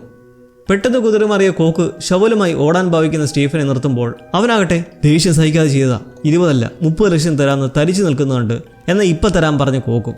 നീ എന്തായാലും പോലീസിന് എന്നെ കാട്ടിക്കൊടുക്കുമെന്ന് പറഞ്ഞ് സ്റ്റീഫനെ അടിച്ചിട്ട് ഷവല് വെച്ച് വയറ്റിൽ കുത്തി അവനെയും വകവരുത്തുന്നു. കെട്ടിടത്തിൻ്റെ മുകളിൽ നിന്ന് ഇതെല്ലാം ഫോട്ടോ എടുത്ത് നിൽക്കുന്ന മറ്റേ ടീംസും. കോക്ക് എന്നിട്ട് സ്റ്റീഫനെ മൂടാൻ വലിച്ചിഴയ്ക്കുമ്പോൾ സേറ. അവളുടെ ഇവിടെയുള്ള മറക്കാനാകാത്ത ഓർമ്മ എന്താണ്? അതറിയാൻ അവളുടെ സ്കൂൾ ടൈമിലേക്കൊന്ന് പോകണം. അന്ന് സേറ ആഗ്രഹിച്ച ഒരു കാര്യം, സ്കൂൾ മാഗസിൻ്റെ കവർ പേജിൽ തൻ്റെ ഫോട്ടോ വരിക. എന്നാൽ അതിൻ്റെ സംഘാടകർ തിരഞ്ഞെടുത്തത് ലിജി എന്ന മറ്റൊരു പെൺകുട്ടിയെ. വലിയ ചാട്ടമൊന്നുമില്ലാത്ത ഒരു നൈസ് കുട്ടി. മാഗസിൻ കണ്ട് ഈ സ്ഥാനത്ത് എൻ്റെ ഫോട്ടോ ആയിരുന്നു വരേണ്ടിയിരുന്നത് എന്നുള്ളൊരു നീരസം മനസ്സിൽ വെച്ച് സേറ ലിജിയോട് വന്നിട്ട് കാർപ്പി കണ്ട് മിക്ക ബോയ്സും ക്ലാസ്മേറ്റ് ആയതുകൊണ്ട് ഒരു ബ്ലൈൻഡ് ഡേറ്റിന് കൂട്ടിക്കൊണ്ടുവരാൻ നിർബന്ധിക്കുകയാണെന്നും കുഴപ്പമൊന്നുമില്ല, ചുമ്മാ ഒരു രസമായിരിക്കും, ശനിയാഴ്ച വൈകിട്ട് കഫേയിൽ വെച്ച് നമുക്ക് മീറ്റ് ചെയ്യാമെന്ന് പറഞ്ഞ് പോകുമ്പോൾ എന്നാൽ അത് ഒരു ചതിക്കെണിയാണെന്ന് അവൾ അറിഞ്ഞിട്ടുകൂടിയില്ലായിരുന്നു. സേറ അവളെ ഡ്രിങ്ക്സിൽ മയക്കുമരുന്ന് കലക്കി മയക്കിയ ശേഷം എത്തിക്കുന്നത് ആ കെട്ടിടത്തിലേക്കാണ്. അവിടെ 3 മുഖംമൂടിധാരികളെ ചെക്കന്മാർക്ക് ഇവളെ ഇട്ടുകൊടുത്തിട്ട് പോയപ്പോൾ ലിജി അവിടെ നേരിടേണ്ടി വന്നത് തൻ്റെ ശേഷിക്കുന്ന ജീവിതം മൊത്തം ഹോൺ ചെയ്യുന്ന കൈപ്പേറിയ നിമിഷങ്ങൾ. കാലങ്ങൾ കഴിഞ്ഞ് ഇപ്പോഴും അതിൻ്റെ ഓർമ്മയിൽ ഞെട്ടി എണീക്കാറുള്ള ആ ലിജി ആരാണെന്നറിയോ? പൊള്ളലേറ്റ് കിടക്കുന്ന ജോയലിനെ ചികിത്സിക്കുന്ന ഡോക്ടർ. മുമ്പ് ജോയൽ എന്ന പേരിട്ട് സ്റ്റില്ലായി നിന്ന ആ സ്ത്രീ. പല ഡൗട്ട്സുകളും കണക്റ്റായി വരുമ്പോൾ താൻ ചെയ്ത പ്രവൃത്തിയിൽ താൻ തന്നെ അതിൻ്റെ അനന്തരഫലങ്ങൾ അനുഭവിച്ചിരുന്ന പോലെ സേറയുടെ കാര്യത്തിലും ഒരു തീരുമാനമായി. എന്നാൽ സ്റ്റീഫൻ്റെ കാര്യത്തിൽ ഇനിയും എന്തോ മിസ്സിംഗ് ആണ്. സ്വന്തം അച്ഛനെ കൊന്ന ജോയലിന് എന്തായാലും ഒരു ഹാപ്പി എൻഡിങ് പ്രതീക്ഷിക്കേണ്ട. ഇനിയുള്ള കർമ്മഫലങ്ങൾ നമുക്ക് കണ്ടു തന്നെ അറിയാം. സ്ഫോടനം നടന്ന ശേഷമുള്ള ആ സന്ദർഭത്തിലേക്ക് നമ്മൾ വീണ്ടും പോവുകയാണ് 4ാം എപ്പിസോഡിലൂടെ. ഫയർഫോഴ്സും പോലീസും എല്ലാം എത്തി എന്താ സംഭവിച്ചതെന്നറിയാൻ തീയണയ്ക്കാനുള്ള ശ്രമവും എന്തെങ്കിലും അല്ലെങ്കിൽ ആരെങ്കിലും സംശയപരമായി ഉണ്ടോ എന്ന് നോക്കുന്നതിനിടയിൽ ഗുരുതരമായി പൊള്ളിയ രീതിയിൽ ജീവന്റെ ശേഷിപ്പോടെ ഒരാളെ കണ്ടെത്തുമ്പോൾ എന്നാൽ അവിടെ തന്നെ കത്തിക്കരിഞ്ഞ് മരിച്ച നിലയിൽ മറ്റൊരു ബോഡിയും കിടപ്പുണ്ട്. അതാരുടേതാണ് നോക്കാം. ജീവനുള്ള അയാളെ അവിടുന്ന് അത്രയും വേഗം ഹോസ്പിറ്റലിൽ എത്തിച്ച് ഡോക്ടർ ചെക്ക് ചെയ്ത് വേദസംഹാരം നൽകാമെന്ന് നിൽക്കുന്നതും മറ്റൊരു ഡോക്ടറായ ലിജി അവിടേക്കെത്തി അത് വേണ്ടെന്നും ഈ അവസ്ഥയിൽ താങ്ങാനാവില്ല, മോർഫിൻ കൊടുത്താൽ ഷോക്ക് ആവുകയുള്ളൂ എന്ന് പറഞ്ഞ് ആരെന്ന് ഐഡന്റിഫൈ ചെയ്ത ആളോട് എന്തായാലും വേദന തിന്നേണ്ടി വരുമെന്നും അത് നല്ലതിലാണെന്നും ആശ്വസിപ്പിക്കുമ്പോൾ കൈകൊണ്ട് ആംഗ്യം കാണിക്കുന്നത് ജോയലാണെന്നല്ലേ നമ്മൾ ഇത്രയും സമയം വിചാരിച്ചിരുന്നത്. എന്നാൽ ജോയലല്ല, സ്റ്റീഫനെ കൊന്ന കോഗ്നാമാണ്. അയാൾ എങ്ങനെ ഈ സ്ഥിതിയിലെത്തി? ഈ രണ്ടുപേരും എങ്ങനെ കണക്റ്റഡ് ആയെന്ന് നമുക്കറിയും മുമ്പേ ലിജിയെക്കുറിച്ചറിയാം. അവൾ ജീവിതത്തിൽ ഏറ്റവും നികൃഷ്ടമായ അനുഭവം നേരിടേണ്ടി വന്നത് നമ്മൾ കണ്ടിരുന്നു. ഇപ്പോഴും അതിൻ്റെ ട്രോമ വിട്ടുമാറാത്ത ജീവിതത്തിൽ പലതരത്തിലുള്ള രോഗികളാണ് അവൾക്ക് നേരിടേണ്ടി വരുന്നത്. അനുസരണ ഇല്ലാത്തതും നിസ്സഹായതയിൽ വയലൻ്റ് ആവുന്ന ഓരോ പേഷ്യൻസ്. വേദന മൂലം ഡോക്ടറോട് ദേഷിക്കുന്ന ഈ പേഷ്യൻറ്റിനോട് സൗമ്യമായി സംസാരിച്ചിറങ്ങുമ്പോൾ ബൈസ്റ്റാൻഡറായി നിൽപ്പുള്ള അയാൾക്ക് ഇവളിൽ നിന്ന് പ്രശ്നമുള്ളതായി തോന്നുന്നുണ്ട്. ഒരു ഏജൻസിയിലെ പ്രൈവറ്റ് ഡിറ്റക്റ്റീവ് കൂടി അയാൾ എന്തെങ്കിലും ആവശ്യത്തിനോ സഹായത്തിനോ കോൺടാക്ട് ചെയ്യാൻ കാർഡ് നൽകി പോകുമ്പോൾ ലിജിക്ക് വരുന്ന ഫോൺ കോൾ പൊള്ളലേറ്റ പേഷ്യൻറ്റിനടുത്തെത്താൻ. അത് ജോയലാണ്. ആ പേര് കേട്ട് ഒന്ന് സ്റ്റില്ലായി നിൽക്കുന്ന അവൾ രക്ഷിച്ചതിനുള്ള അവൻ്റെ നന്ദി പറച്ചിൽ കേട്ട് വിമിഷ്ടത്തോടെ വരുന്നത് ഡോക്ടർമാർക്കും തോന്നിയിട്ടുണ്ട്. എന്തായിരുന്നു വളരെ ഡെസ്പായിരിക്കുന്നതെന്ന് ചോദിക്കുന്നതിലും ഒന്നുമില്ലെന്ന് പറഞ്ഞ അവൾ പോയി ഒറ്റയ്ക്ക് കുറച്ച് നേരം ചിന്തിച്ച് നിൽക്കുമ്പോൾ ടെൻഷൻ കയറുവാണ്. ഒരു പില്ലെടുത്ത് കഴിച്ച് ദേഷ്യത്തിൽ അവിടെയുള്ള കണ്ണാടി പൊട്ടിക്കുന്ന വഴി ഏകദേശം നമുക്ക് ഊഹിക്കാം അന്ന് ആ കൂട്ടത്തിൽ ഇവനും ഉണ്ടായിരിക്കണം. രാത്രി ഡ്യൂട്ടി കഴിയുന്നതിന് മുന്നോടിയായി ജോയലിൻ്റെ ഡീറ്റെയിൽസ് ലിജി പ്രിന്റ് ചെയ്തെടുക്കുന്നതും സഹ ഡോക്ടറെ കണ്ട് തിരക്കുന്നതിലും വെറുതെ എന്ന് പറഞ്ഞ് തള്ളിക്കളയുവാണ്. അയാൾക്ക് ഒരു ശല്യമാമാൻ്റെ കോൾ വന്നുപോയി. അങ്ങനെ രാത്രി വൈകിയും ആ പ്രിന്റ് ഔട്ടുമായി ഒറ്റയ്ക്കിരിക്കുന്ന ലിജിയുടെ മനസ്സിൽ കുറേ ചിന്തകൾ മാറി മറിഞ്ഞു വന്നുകൊണ്ടിരിക്കുന്നു. ഒടുവിൽ ഒരു തീരുമാനത്തിൽ നേരത്തെ പരിചയപ്പെട്ട ആ പ്രൈവറ്റ് ഡിറ്റക്റ്റീവിൻ്റെ അടുത്ത് ചെല്ലുമ്പോൾ അതിൻ്റെ ഉദ്ദേശം തന്നെ വേദനിപ്പിച്ച ആളുകൾ ഇപ്പോൾ എങ്ങനെ ജീവിക്കുന്നുവെന്നും എവിടെയാണെന്നും അറിയാനാണ്. പറഞ്ഞ തുകയും കൃത്യമായി കൊടുത്ത് അവരുടെ പേരുകൾ എഴുതിയ നോട്ട് ഏൽപ്പിച്ച് അതേപ്പറ്റി ഒന്ന് അന്വേഷിക്കാൻ പറയുമ്പോൾ ഈ തന്ന ഫീസിന് ഇതൊരു ചെറിയ പണിയാണെന്ന് ഡിറ്റക്റ്റീവ്. അത് സാരമില്ല, എന്തായാലും ഇവരുടെ ഇപ്പോഴത്തെ സ്ഥിതി ഒന്നറിഞ്ഞാൽ മാത്രം മതി എന്ന് പറഞ്ഞ് ലിജി പോകുമ്പോൾ ഏജൻസിയിലെ മറ്റ് സ്റ്റാഫുകൾ ബ്രേക്കിംഗ് കഴിഞ്ഞ് വന്ന് സംസാരിക്കുന്നത് ഒരു വിധവയെക്കുറിച്ചാണ്. മുമ്പുണ്ടായിരുന്നൊരു കേസ് എന്ന് അവരെ കാണാൻ പോയതാണ് ഈ കൂട്ടർ. നിങ്ങളുടെ പേരിൽ അവർക്കൊരു ആശ്വാസ തുക നൽകിയെന്നും അവർ ആകെ തകർന്നിരിക്കുകയാണെന്നും പറയുമ്പോൾ ഭർത്താവ് ഇത്തരത്തിൽ മരിച്ചാൽ എങ്ങനെ വിഷമമില്ലാതിരിക്കുമെന്ന് അയാളും. നിങ്ങളൊന്ന് ശ്രദ്ധിച്ചോ, ഈ സ്റ്റാഫുകളെ കണ്ടിട്ട് എന്തെങ്കിലും തോന്നുന്നുണ്ടോ? ഈ 2 പേരാണ് സ്റ്റീഫൻ്റെ പിറകെ നടന്ന അയാളുടെ ഫോട്ടോസ് എടുത്തുകൊണ്ടിരുന്നത്. അപ്പോൾ സ്റ്റീഫനും ഇവരുടെ ഒരു കേസാണ്, അതെന്താണെന്നറിയില്ല. പക്ഷേ ലിജിയുടെ കാര്യത്തിൽ അന്വേഷണത്തിനായി മറ്റൊരു ഡിറ്റക്റ്റീവിനെ വിളിച്ച് അയാളുമായി രാത്രി മീറ്റ് ചെയ്യുന്നത് വഴി അറിയാൻ കഴിയുന്നത് ഈ ഡിറ്റക്റ്റീവ് ഉജ്ജ്വലൻ ആൾ മുമ്പ് പോലീസിലായിരുന്നു. കൂടുതലുള്ള ചില ജൂനിയർ ഉദ്യോഗസ്ഥർ കൈക്കൂലി മേടിച്ചതിലൂടെ കുറ്റം ഇയാൾക്കും ബന്ധപ്പെട്ട് സർവീസിൽ നിന്നും പുറത്താക്കി. അതിലിപ്പോൾ വലിയ കുറ്റബോധമൊന്നും ഇല്ലാണ്ടിരിക്കുന്ന ഉജ്ജ്വലിന് മറ്റേ ഡിറ്റക്റ്റീവ് കുറച്ച് റിപ്പോർട്ട്സ് കൈമാറുവാണ്. അയാളുടെ ഇപ്പോഴത്തെ അന്വേഷണം ആ തീപിടിച്ച കെട്ടിടവും അതിനുള്ളിലുണ്ടായിരുന്നവരെക്കുറിച്ചുമൊക്കെയാണെന്ന് ഇരുവരുടെ സംസാരത്തിലൂടെ മനസ്സിലാക്കാം. റിപ്പോർട്ട്സ് കൈമാറി എന്താ ഇപ്പോൾ പെട്ടെന്ന് ഈ റേപ്പിസ്റ്റുകളുടെ കാര്യത്തിലൊരു നോട്ടമെന്ന് ചോദിക്കുമ്പോഴാണ് ഉജ്ജ്വലനും കാര്യങ്ങൾ അറിയുന്നത്. വർഷങ്ങൾക്ക് മുമ്പ് നാടിനെ കുലുക്കിയ ഒരു പീഡന കേസിലെ പ്രതികളുടെ പേരാണ് നോട്ടിലുള്ളത്. അങ്ങനെ ആ ഹൈസ്കൂൾ ഗ്യാങ് റേപ്പ് കേസിന്റെ റിപ്പോർട്ട് പഠിക്കുന്നത് വഴി തിരിച്ചറിയുന്നത് ജോയൽ ഉൾപ്പെടെയുള്ളവരുടെ പേരുകൾ പ്രതിപട്ടികയിലും വിക്ടിമായി ലിജിയും. ഒരു ബ്ലൈൻഡ് ഡേറ്റ് എന്ന വ്യാജന ജോയലുമായി ലിജി അന്നേ ദിവസം വൈകിട്ട് കഫേയിൽ വെച്ച് മീറ്റ് ചെയ്തത് മുതലുള്ള കാര്യങ്ങൾ അയാൾ വായിക്കുന്നു. അവിടെ നിന്ന് ഇരുവരും രാത്രി വൈകി സംസാരിച്ച് നടന്നുകൊണ്ടിരിക്കെ 2 പേർ മുന്നിൽ വന്ന് ജോയലിനെ മർദ്ദിച്ചു. ആ 2 പേരും നമ്മൾ മുമ്പ് കണ്ട ആ മാസ്ക് ധരിച്ചിരുന്നു. പിന്നെ അങ്ങോട്ട് നടന്നത് പറയണ്ടല്ലോ. എന്നാൽ സംഭവങ്ങളെല്ലാം കഴിഞ്ഞ് പിന്നീട് പോലീസ് തിരിച്ചറിയലിന് ലിജിയെ വിളിപ്പിച്ചപ്പോൾ കണ്ടുപിടിച്ച ആ 2 പ്രതികളുടെ ഒപ്പമായി ജോയലും ഉണ്ടായിരുന്നു. ഇക്കാര്യം പോലീസിനോട് തിരക്കിയപ്പോൾ അവനായിരുന്നു ഇതിൻ്റെയെല്ലാം മാസ്റ്റർ പ്ലാൻ എന്നറിഞ്ഞപ്പോൾ അവൾക്കത് ഉൾക്കൊള്ളാനായില്ല. അങ്ങനെ ചിന്തിക്കാൻ കഴിയാത്ത മാനസിക സംഘർഷങ്ങളിലൂടെ കടന്നുപോയ ലിജി ഇപ്പോൾ പാതി ജീവൻ പോയി കിടന്ന് വേദന കൊണ്ട് മുരളുന്ന ജോയലിൻ്റെ അടുക്കലേക്ക് എത്തി. അങ്ങനെ ഇരിക്കുമ്പോൾ ഡിറ്റക്റ്റീവിൻ്റെ കോൾ വരുവാണ്. പറഞ്ഞ 3 പേരെ കുറിച്ച് അന്വേഷിച്ചെന്നും ആദ്യം തന്നെ അന്നുണ്ടായ അക്രമത്തിൽ ഖേദം പ്രകടിപ്പിച്ചിട്ട് വിവരങ്ങൾ അറിയിക്കുന്നു. ഒരുവൻ പിന്നീട് മോഷണവും സെക്ഷൽ അസോൾട്ടുമൊക്കെയായി ജയിലിൽ നിരന്തരം കയറി ഇറങ്ങി 3 വർഷം മുന്നേ ജയിലിൽ വെച്ച് തന്നെ ആത്മഹത്യ ചെയ്തു. ഒരു മൈനറെ റേപ്പ് ചെയ്തു എന്ന അവൻ്റെ ചരിത്രം അറിഞ്ഞ് ജയിലിലെ തടവുപുള്ളികളിൽ നിന്ന് അവന് നല്ല പരിചരണമായിരിക്കില്ല കിട്ടിയിട്ടുണ്ടാവുക. മറ്റൊരുവൻ പിന്നീട് ഡ്രഗ് അഡിക്റ്റായി അവനും കഴിഞ്ഞ കൊല്ലം മരണപ്പെട്ടു. Drug overdose. ഇതൊക്കെ അറിയുമ്പോൾ എനിക്ക് ഈ കർമ്മ എന്നതിനോട് എന്തോ വിശ്വാസം തോന്നുന്നു എന്ന് അതിശയിക്കുന്ന ഡിറ്റക്റ്റീവിനോട് മൂന്നാമത്തെ കാര്യം ലിജി ചോദിക്കുന്നു. ജോയലിനെ പറ്റി അറിയാൻ കഴിഞ്ഞത് അന്നത്തെ സംഭവത്തിന് ശേഷം ആളൊരു ശാന്തമായ ജീവിതം നടത്തിക്കൊണ്ടു പോവുകയാണ്. നല്ല പണിയൊന്നുമില്ലാത്ത ബുദ്ധിമുട്ടിലായ അവൻ്റെ വീട്ടർ ഡ്രസ് വേണമെന്ന് ചോദിക്കുമ്പോൾ പിന്നെ വിളിക്കാമെന്നും പറഞ്ഞ് ഫോൺ വെച്ച് മെഡിക്കൽ റൂമിലേക്ക് വിളിച്ച് മുമ്പിൽ കിടപ്പുള്ള ജോയലിന് വേദന സംഹാരി നൽകാൻ നിർദ്ദേശിച്ചിറങ്ങി പോകുന്നു. ഈ ജോയൽ തന്നെയാണോ അന്ന് തന്നെ ജീവൻ നശിപ്പിച്ചതെന്നുള്ള സംശയം അവൾക്ക് ഇനിയുമുണ്ട്. ബ്ലാസ്റ്റ് നടന്ന കെട്ടിടത്തിൽ ഉണ്ടായിരുന്നവരെ കുറിച്ച് അന്വേഷിക്കുന്ന ഡിറ്റക്റ്റീവ് ക്യാങ്ങിൽ നിന്ന് ഉജ്ജ്വലിന് ലഭിക്കുന്ന വിവരമെന്തെന്നാൽ അതിൽ നിന്ന് രക്ഷപ്പെട്ട ഒരേ ഒരു വ്യക്തി അത് ജോയലാണ്. ഇപ്പോൾ ലിജിയുടെ ഹോസ്പിറ്റലിൽ അഡ്മിറ്റ് ആയിട്ടുള്ളത് അതേ വ്യക്തി തന്നെയാണെന്ന് അറിയിക്കാൻ ലിജിയെ വിളിക്കാൻ നേരം അവൾ സഹ ഡോക്ടർ റോബിനൊപ്പം ആഹാരം കഴിച്ചുകൊണ്ടിരിക്കുകയാണ്. അവർ തമ്മിൽ സ്നേഹത്തിലാണെന്നത് അവരുടെ കല്യാണ ഡിസ്കഷനിലൂടെ മനസ്സിലാക്കാം. അവിടെ വെച്ച് ഫോൺ കോൾ വരുന്നത് വഴി അവളും ഇതാ ജോയൽ തന്നെയാണെന്ന് ഉറപ്പുവരുത്തി റൂമിൻ്റെ അടുക്കൽ വന്ന് ചിന്തിച്ച് നിൽക്കുമ്പോൾ എന്നാൽ നമുക്ക് കൺഫ്യൂഷൻ ഉണ്ടാവുന്ന ഒരു കാര്യം ജോയൽ എന്ന രീതിയിൽ നിൽക്കുന്നതായി കാണുന്നത് കോക്നാമിനെയാണ്. അയാൾ അങ്ങനെ ജോയലായി എന്നത് മനസ്സിലാകുന്നേയില്ല. എന്നാൽ കൊണ്ടുവന്നപ്പോൾ പോലും ജോയലിൻ്റെ ആ റോളക്സ് വാച്ച് വരെ കോക്കിൻ്റെ കയ്യിൽ കിടപ്പുണ്ടായിരുന്നു. ലിജി അങ്ങനെ നിൽക്കെ അവിടെ പോലീസ് എത്തി വിവരങ്ങൾ ഷെയർ ചെയ്യണമെന്ന് പറയുന്നതോടെ അവൾ പ്രൊസീഡ് ചെയ്യാൻ പറഞ്ഞിട്ട് റൂമിലേക്ക് കയറാതെ പോകുന്നു. അങ്ങനെ ജോയൽ എന്നിരിക്കുന്ന കോക്ക് പറയുന്നത് എന്തെന്നാൽ ആ രാത്രി പുറത്തു പോകാൻ കാറിൽ കയറവേ ആരോ അതിലിരുന്ന് ബോധം കെടുത്തി. പിന്നീട് എണീക്കുന്നത് ഈ അബോണ്ടഡ് ബിൽഡിങ്ങിലായിരുന്നു, കെട്ടിയിട്ട നിലയിൽ. ഏതാണെന്നൊന്നും മനസ്സിലായില്ല. മുന്നിൽ രണ്ടുപേർ തമ്മിൽ അടികൂടുന്നത് കണ്ടു. ഒരുപക്ഷെ തന്നെ കൊല്ലണോ വേണ്ടോ എന്നുള്ള ഒരു തർക്കത്തെ ചൊല്ലി ആയിരിക്കാം അത്. പിന്നെ ഒരു വന്ന് മേത്തേക്ക് പെട്രോൾ ഒഴിച്ച് ഒന്നും പറയാതെ കത്തിക്കുമായിരുന്നു. പിന്നൊന്നും ഓർമ്മയില്ല. പോലീസുകാർ ഇതെല്ലാം നോട്ട് ചെയ്ത് ഐഡൻറ്റിഫിക്കേഷൻ കൺഫേം ചെയ്യാൻ വേണ്ടിയിട്ട് ഫിംഗർ പ്രിന്റ് റെക്കഗ്നീഷൻ നോക്കുമ്പോൾ കൈവിരലുകളെല്ലാം വെന്തു പോയിരിക്കുകയാണ്. ശരി, വേറെ വഴി നോക്കാമെന്നും നിങ്ങളുടെ കുഞ്ഞമ്മ വിളിച്ച് അന്വേഷിച്ച് അവർക്ക് ഇവിടെ എത്താനുള്ള വഴി പറഞ്ഞു കൊടുത്തെന്നും പറഞ്ഞ് പോലീസുകാർ പോകുന്നതും അത്യാവശ്യമായ ഡോക്ടറെ ഒന്ന് വിടാൻ ജോയൽ വിളിച്ചു പറയുന്നു. ലിജി മുറിയിലേക്ക് എത്തുന്നത് മൂർച്ചേറിയ സർജിക്കൽ നൈഫും കരുതിക്കൊണ്ട്. ബാത്റൂമിൽ നിന്ന് ഇറങ്ങി വന്ന് ഡോക്ടറെ കണ്ടിച്ചിരിക്കുന്ന ജോയലിനോട് അവൾ ചോദിക്കുന്നത് എന്തിനാ വീണ്ടും എൻ്റെ മുമ്പിൽ വന്നേന്ന്. ആദ്യമൊന്ന് പരിങ്ങിട്ട് അവൻ പറയുന്നതോ നമ്മൾ വീണ്ടും കണ്ടുമുട്ടിയല്ലേ, 20 വർഷം കഴിഞ്ഞിരിക്കുന്നു, വാ ഇവിടെ വന്നിരിക്കുന്ന പറഞ്ഞ് കട്ടിലിരിക്കുമ്പോൾ ലിജി മുന്നിൽ വന്ന് നിന്നിട്ട് ആ നൈഫ് എടുത്ത് കോങ്ങിക്ക് ഒരൊറ്റ കയറ്റ്. എന്താ കാണിച്ചതെന്ന് പറഞ്ഞ് വീഴുന്ന അവനെ വീണ്ടും വീണ്ടും കുത്തിക്കീറുന്നു. ഞാനൊരു 100 വട്ടം എൻ്റെ മനസ്സിൽ ഇതുപോലെ നിന്നെ കുത്തിയിട്ടുണ്ടെന്നും പറഞ്ഞ്.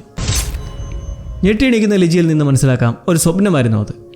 ജോയൽ എന്ന കോഗ്നാം അവിടേക്ക് എത്തുകയാണ് യാത്ര പറയാൻ. എല്ലാവരോടുമായി യാത്ര പറഞ്ഞ് പോകുമ്പോൾ ലിജിക്ക് അതിശയം. എന്താ നടന്നത്? അയാൾ ഡോക്ടറോട് ഡിസ്ചാർജ് ആവണമെന്ന് ആവശ്യപ്പെട്ടു. ഔട്ട് പേഷ്യൻ്റ് ആയിരുന്നോളാന്നും പറഞ്ഞ് 1 മാസം മെഡിക്കേഷനുമായി അയാൾ ഇന്നിവിടം വിടുവാണ്. ലിജിക്ക് ഇത് ഉൾക്കൊള്ളാനാവാതെ ഓടിച്ചെന്ന് ലിഫ്റ്റിൽ കയറുന്ന അവനെ നോക്കി നിന്നിട്ട് നിനക്കെന്നെ ഓർമ്മയില്ലേ എന്ന് ചോദിക്കുമ്പോൾ അവന് കൺഫ്യൂഷൻ. നിനക്കെന്നെ മറക്കാൻ കഴിയില്ലെന്നൊക്കെ നിൽക്കുന്നത് കണ്ട് ലിഫ്റ്റിലേക്ക് വിളിച്ച് കയറ്റി അവൻ മുഖംമൂടി അഴിച്ചിട്ട് പറയുന്നത് നോക്ക്, എന്നെ നിങ്ങൾക്ക് മനസ്സിലായോ? ആർക്കും മനസ്സിലാവില്ല, ഇതിന് പുതിയ ജോയലാണ് എന്ന് പറഞ്ഞ് ഇറങ്ങി പോകുമ്പോൾ നമുക്ക് മനസ്സിലാക്കാം അത് ജോയലിൻ്റെ റോളക്സ് വാച്ചും അവൻ്റെ പേരും കടമെടുത്ത് ആൾമാറാട്ടം നടത്തിയിരിക്കുന്ന കോക്നാം തന്നെയെന്ന്. വെളിയിലിറങ്ങി ടാക്സി പിടിച്ച് പോകുന്ന കോക്കിനോട് അത് ജോയൽ എന്ന് കരുതിയിരിക്കുന്ന ലിജിക്ക് ഇനിയും സംസാരിക്കാനുണ്ട്. അവൾ ഓടിച്ചെന്ന് കുറുകെ നിന്ന് വണ്ടി നിർത്തിച്ച് അവനോട് വീണ്ടും പറയുവാണ്, എനിക്കിതുവരെ മനസ്സമാധാനമായി ഒന്നും ഉറങ്ങാൻ കഴിഞ്ഞിട്ടില്ല. നീ കാരണം, നിന്റെ വേട്ടയാടൽ കാരണം. ഒരു ദിവസമെങ്കിലും ദുസ്വപ്നങ്ങളൊന്നുമില്ലാതെ മനസ്സമാധാനത്തോടെ ഒന്ന് ഉറങ്ങണം എനിക്ക്. ഇത് കേൾക്കുന്ന കോക്ക് ഒന്നും പിടികിട്ടാത്തൊരു ചിരിയിച്ച് ഡോക്ടർ നിങ്ങൾക്കെന്തോ പ്രശ്നമുണ്ട്, നിങ്ങൾക്കൊന്നും അറിയില്ലെന്ന് പറഞ്ഞ് വണ്ടി എടുക്കാൻ പറഞ്ഞ് പോകുമ്പോൾ ലിജി മനസ്സിൽ പറയുന്നത് ഇനി ഞാൻ മനസ്സമാധാനമായി ഉറങ്ങും, കാരണം ഞാൻ അവനെ കൊല്ലാൻ പോവുകയാണ്.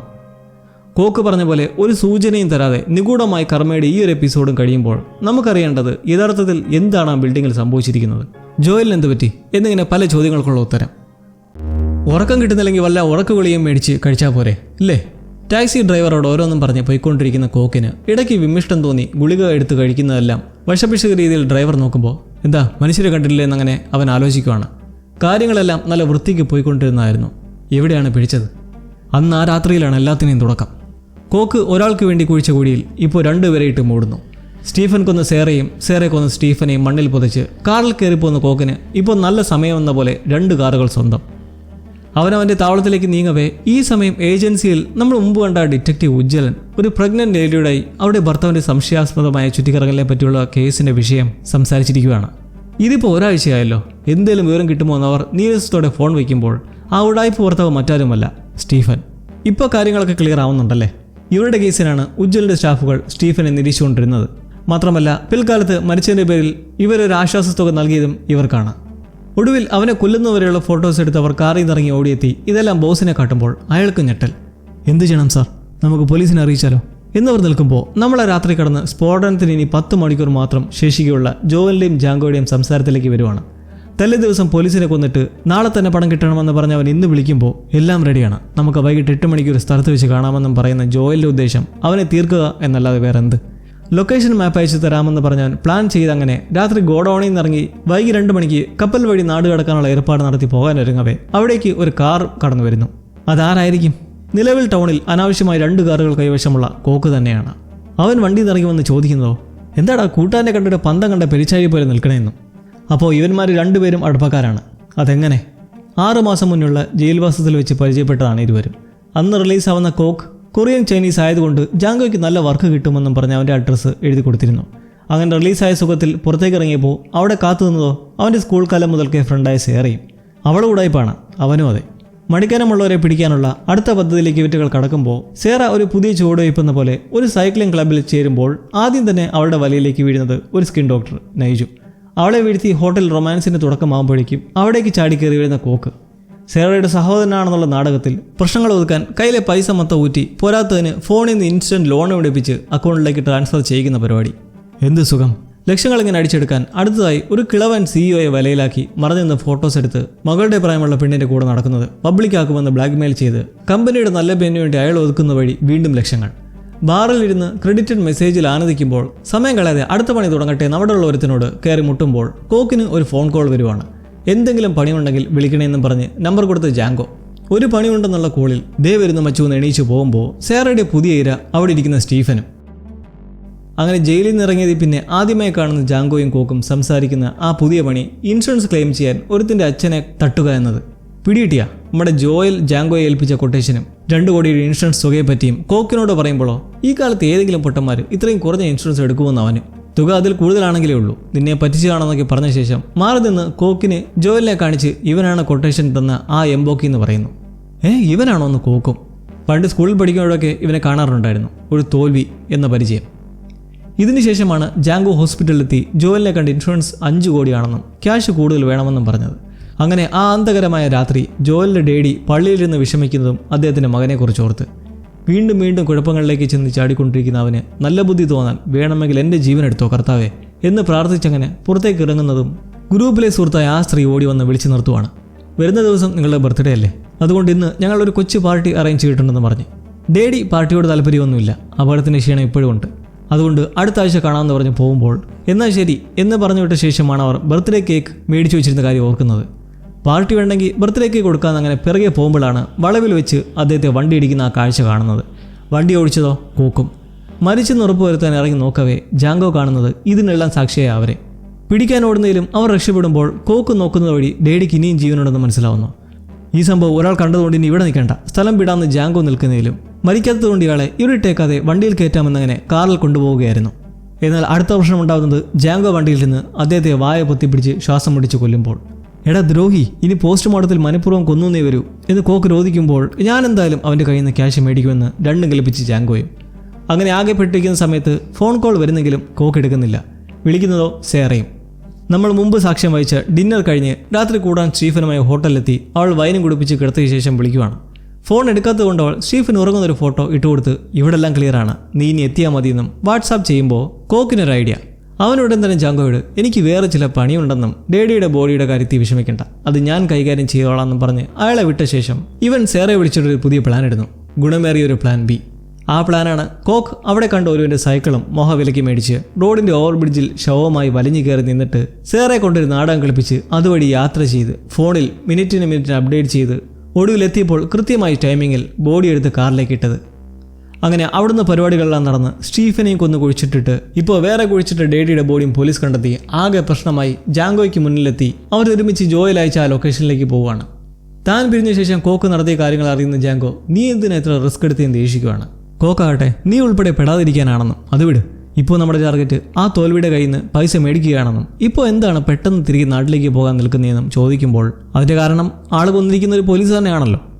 ഇതിനോടകം തന്നെ സഹപ്രവർത്തകൻ്റെ ബോഡി കണ്ടെത്തി സീരിയസ് ആയി പരിശോധിക്കുന്ന പോലീസ് അടുത്തുള്ള ഗോഡൌണും സെക്യൂരിറ്റി ക്യാമറയും കണ്ടെത്തുമ്പോൾ ജോയൽ വാടകയ്ക്ക് ഒരു കാറുമെടുത്ത് നല്ല ചൂടിൽ കൊല്ലാൻ മുട്ടി നിൽക്കുന്ന പോലെ അങ്ങനെ പോവുകയാണ്. CCTV വഴി ജാങ്കോയാണ് കൊല നടത്തിയെന്ന് പോലീസ് കണ്ടെത്തി കഴിഞ്ഞു. കൂടാതെ ഗോഡൌണിലെ അയാളുടെ താവളത്തിൽ നിന്നും മറ്റു വിവരങ്ങൾ. വരുമ്പോൾ വിളിച്ച് കാറി കയറ്റുക, പണമെടുക്കാനെന്ന പോലെ ഡിക്കി തുറന്ന് അകത്ത് കയറി ബാഗ് കൊടുക്കുക. അത് തുറന്ന് നോക്കുന്ന തക്കത്തിന് ചുറ്റിയിൽ വെച്ച് അടിച്ചടിച്ച് തീർക്കുക. ജോയൽ പ്ലാൻ റിഹേഴ്സൽ ചെയ്ത് അങ്ങനെ ഇരിക്കുന്നതും ജാങ്കോ വന്ന് മുട്ടുവാണ്. ഭാഗ്യത്തിന് ചുറ്റിയിൽ കണ്ടില്ല. വണ്ടിക്കകത്തേക്ക് കയറാൻ പറഞ്ഞിട്ട് റെക്കോർഡ് തരാൻ പറയുമ്പോൾ പണം എവിടെയും തിരിച്ചു. ജോയൽ ഒരിടത്തേക്ക് പോകാമെന്ന് പറഞ്ഞ് വണ്ടി എടുക്കുമ്പോൾ എന്തായാലും മന്ദബുദ്ധിത്തരം കാണിക്കാനാണെങ്കിൽ അറിയാമല്ലോ എന്നില്ല അവനും. എന്താ നടക്കുന്നതെന്ന് അറിയാതെ പിറകെ കോക്കും പിന്തുടർന്ന് പോകവേ റോഡിൽ അസാധാരണമായി ചെക്കിംഗ് നടക്കുവാണ്. ജാങ്കോയെ തിരക്കിയാണോ എന്ന് സംശയിക്കുന്നെങ്കിലും അയാളെയല്ല. 2 ദിവസം മുന്നേ കെട്ടിടത്തിനടുത്ത് കുഴിച്ചു മൂടിയ 2 ശവങ്ങൾ സ്റ്റീഫന്റെയും സേറയുടെയും പോലീസ് കണ്ടെടുത്തു. ആ ഡിറ്റക്റ്റീവ്സിന്റെ ഇൻഫർമേഷൻ വഴി ഇപ്പോൾ കോക്നാമിനെ തെരയുവാണ് പോലീസ്. ജോയലും ജാങ്കോയും ചെക്കിങ്ങിൽ നിന്ന് ഊരി വരുമ്പോൾ പിറകിലുള്ള കോക്കോ അവനിത് വിഷയമാണെന്ന് മനസ്സിലാക്കി വണ്ടി നിർത്തി ആരും ശ്രദ്ധിക്കാതെ അടുത്ത കാട്ടിലേക്ക് തടിതേപ്പാൻ ശ്രമിക്കുന്നു. ഓഫീസർ ഇത് മനസ്സിലാക്കി ഉടൻ തന്നെ കൺട്രോൾ റൂമിൽ വിളിച്ചറിയിച്ച് കാർ നമ്പർ ട്രാക്ക് ചെയ്ത് അത് മരിച്ച സ്റ്റീഫന്റേതാണെന്ന് മനസ്സിലാക്കി അവിടെയുള്ള ക്യാമറയിൽ നിന്നും ഫോട്ടോ എടുത്ത് ഉടൻ തന്നെ ലുക്കൗട്ട് നോട്ടീസ് സകല മീഡിയസിലും ഉൾപ്പെടെ. ഇതേസമയം ജോയൽ ആ കെട്ടിടത്തിനടുത്തായി കൊണ്ട് നിർത്തുമ്പോൾ ഇവിടെ എന്താണെന്നുള്ള ചോദ്യത്തിന് മുമ്പ് സേര പറഞ്ഞ അതേ മറുപടി. ഇവിടെ എനിക്ക് കുറേ ഓർമ്മകളുണ്ട്. ചെറുപ്പത്തിൽ ഞാൻ ഹാങ് ഔട്ട് ചെയ്യാറുള്ള സ്ഥലമായിരുന്നു. ശരി, പൈസ എടുക്കാൻ പറയുന്നത് തുടർന്ന് ഇറങ്ങി പ്ലാൻ പടി ഡിക്കി തുറന്ന് ബാഗും എടുത്ത് കൊടുത്ത് സജ്ജമായി അങ്ങനെ ഇരിക്കുമ്പോൾ അവനെ തന്നെ നോക്കി തുറന്നു നോക്കുന്ന ജാങ്കോ കാണുന്നത് കുറേ പേപ്പർ കട്ടിങ്സ്. പൊടുന്നനെ ചുറ്റിയിൽ ഓങ്ങുന്നെങ്കിലും എക്സ്പേർട്ടായ ജാങ്കോ അത് പിടിച്ചു വാങ്ങി കള്ളാ ചതിയാന്നും പറഞ്ഞ് അവനെ ചുറ്റിയിൽ വെച്ച് അടിക്കുന്നു. കാറിൽ നിന്നിറങ്ങി രക്ഷപ്പെടാൻ നോക്കുന്നതിലും കാര്യങ്ങൾ ഏറെക്കുറെ തീരുമാനമായി. ഈ സമയം കോക്കും ജാങ്കോയെ വിളിച്ച് എവിടേക്ക് എത്തുമ്പോൾ അവന് വെപ്രാളം വന്നിട്ട് നിൽക്കാൻ വയ്യ. ഫോണിലെല്ലാം ഇവൻ്റെ ഇപ്പോഴത്തെ രൂപവും സഹിതമുള്ള ന്യൂസുകൾ. അവശനായ ജോലിനെ ഒരു കസേരയിൽ കെട്ടിയിരുത്തി നീ എന്തിനാ പേടിക്കുന്നതെന്നും നമുക്ക് രാത്രി കടലിൽ കിടക്കാമെന്ന് ജാങ്കോ പറയുന്നതിലും എവിടെ പോയാലും ഇനി കോക്കിന് രക്ഷയില്ല. കാരണം അവൻ്റെ മുഖമാണ് ഇപ്പോൾ സകല ചാനലിലും. ആകെ ഇടങ്ങറായ അവസ്ഥയിൽ നിൽക്കുന്നതിലും അവൻ്റെ കൂർമ്മബുദ്ധിക്ക് മാറ്റമൊന്നുമില്ല. ചെയറിൽ കെട്ടിയിട്ടിരിക്കുന്ന ജോലിനെ കണ്ടവന് ഒരു പുതിയ ബുദ്ധി തോന്നി നിൽക്കുമ്പോൾ ജോലിനെ കൊല്ലാനുള്ള ഒരുക്കം നടത്തി അടുത്തേക്ക് വരുന്ന ജാങ്കോയുടെ കഴുത്തിലേക്ക് അവിടെ കിടന്ന കുപ്പിച്ചില്ലെടുത്തൊരൊറ്റ ചീന്ത്. ചോര പൊട്ടി ഒഴുകുമ്പോൾ അവനും അറിയുവാണ് കൂടെ കൂട്ടിയത് തിരിഞ്ഞു കുത്തുന്ന ഒരു പാമ്പായിരുന്നുവെന്ന്. ദേഷ്യത്തിൽ അവശതയോടെ കയ്യിലുള്ള ചുറ്റിയിൽ വെച്ച് അടിക്കാൻ ജാങ്കോ ശ്രമിക്കുന്നതിലും അവൻ്റെ കഥ എന്നേക്കുമായി തീർത്ത് നിലം പതിപ്പിക്കുന്ന കോക്കും. ജോയലിൻ്റെ മുമ്പിൽ ഇവർ അടികൂടുന്നതാണ് മുമ്പ് പോലീസിന് മുന്നിൽ കോക്ക് റീക്രിയേറ്റ് ചെയ്തത്. ശേഷം ബോധം വരുന്ന ജോയലിൻ്റെ ശരീരത്തിൽ കോക്കിൻ്റെ ഡ്രസ്സും അവനിട്ടിരിക്കുന്നതോ ജോയലിൻ്റെ വസ്ത്രവും. കയ്യിൽ ആ റോളക്സ് വാച്ചുമിട്ട് ID കാർഡും പേഴ്സും റൂം കാർഡൊക്കെ പരിശോധിച്ച് നിൽക്കെ ആരെന്ന് ചോദിക്കുന്ന ജോയലിനോട് ഇനി മുതൽ നീയാണ് ഞാനെന്ന് അവനും. ഇനി ഞാനാണ് ജോയൽ എന്നുള്ള കോക്നാമിൻ്റെ വാക്കുകളിൽ കർമ്മയുടെ ഈ എപ്പിസോഡ് കഴിയുമ്പോൾ കഥ മൊത്തത്തിൽ കർമ്മയുടെ കളികളാണ്. ഓരോരുത്തരും വിതച്ചതെല്ലാം കൊയ്തുകൊണ്ടിരിക്കുമ്പോൾ ഇപ്പോഴും സ്ട്രോങ് ആയിട്ടുള്ള കോക്കിൻ്റെ കാര്യം നോക്കിയാലോ. 4 പാടിൽ നിന്നും പണി വന്ന് കിടക്കുന്ന ജോയലായാണ് അവൻ ഇനി ജീവിക്കാൻ ഉദ്ദേശിക്കുന്നത്. അപ്പോൾ അവൻ്റെ അന്ത്യവും അധികം വൈകാതെ ഉണ്ടാകുമെന്ന് ഊഹിക്കാം. കർമ്മയുടെ ആദ്യ എപ്പിസോഡ് തുടങ്ങിയ അതേ സ്ഥലത്ത് തന്നെയാണ് അവസാന എപ്പിസോഡും കിക്ക് ഓഫ് ചെയ്യുന്നത്. കാറിൽ നിന്ന് പെട്രോൾ ഊറ്റിയെടുത്ത് കന്നാസിലാക്കി ആ കെട്ടിടത്തിലേക്ക് കയറി വരുന്ന കോക്നാമിനെ കാണുന്ന ബന്ധനത്തിലുള്ള ജോയൽ എന്തോ ചെയ്യാൻ ഒരുങ്ങിയുള്ള വരവാണെന്ന് മനസ്സിലാക്കി വെറുതെ വിടാനും ക്യാഷ് തരാമെന്നും പറയുന്നെങ്കിലും അവരൊന്നും ചെവി കൊള്ളുന്നില്ല. അവിടെ പല സ്ഥലങ്ങളിലായി പെട്രോൾ ഒഴിച്ച് താഴത്തെ നിലയിൽ മരിച്ചു കിടപ്പുള്ള ജാങ്കോയ്ക്കടുത്തേക്കും ഒഴിച്ച് മൊത്തത്തിൽ കത്തിക്കുവാണ്. ഒടുവിലായി ഇനി നീ എന്നിലൂടെ ജീവിക്കുമെന്ന് പറഞ്ഞ് ജോയലിനെയും പെട്രോൾ ഒഴിച്ച് കത്തിക്കുന്നു.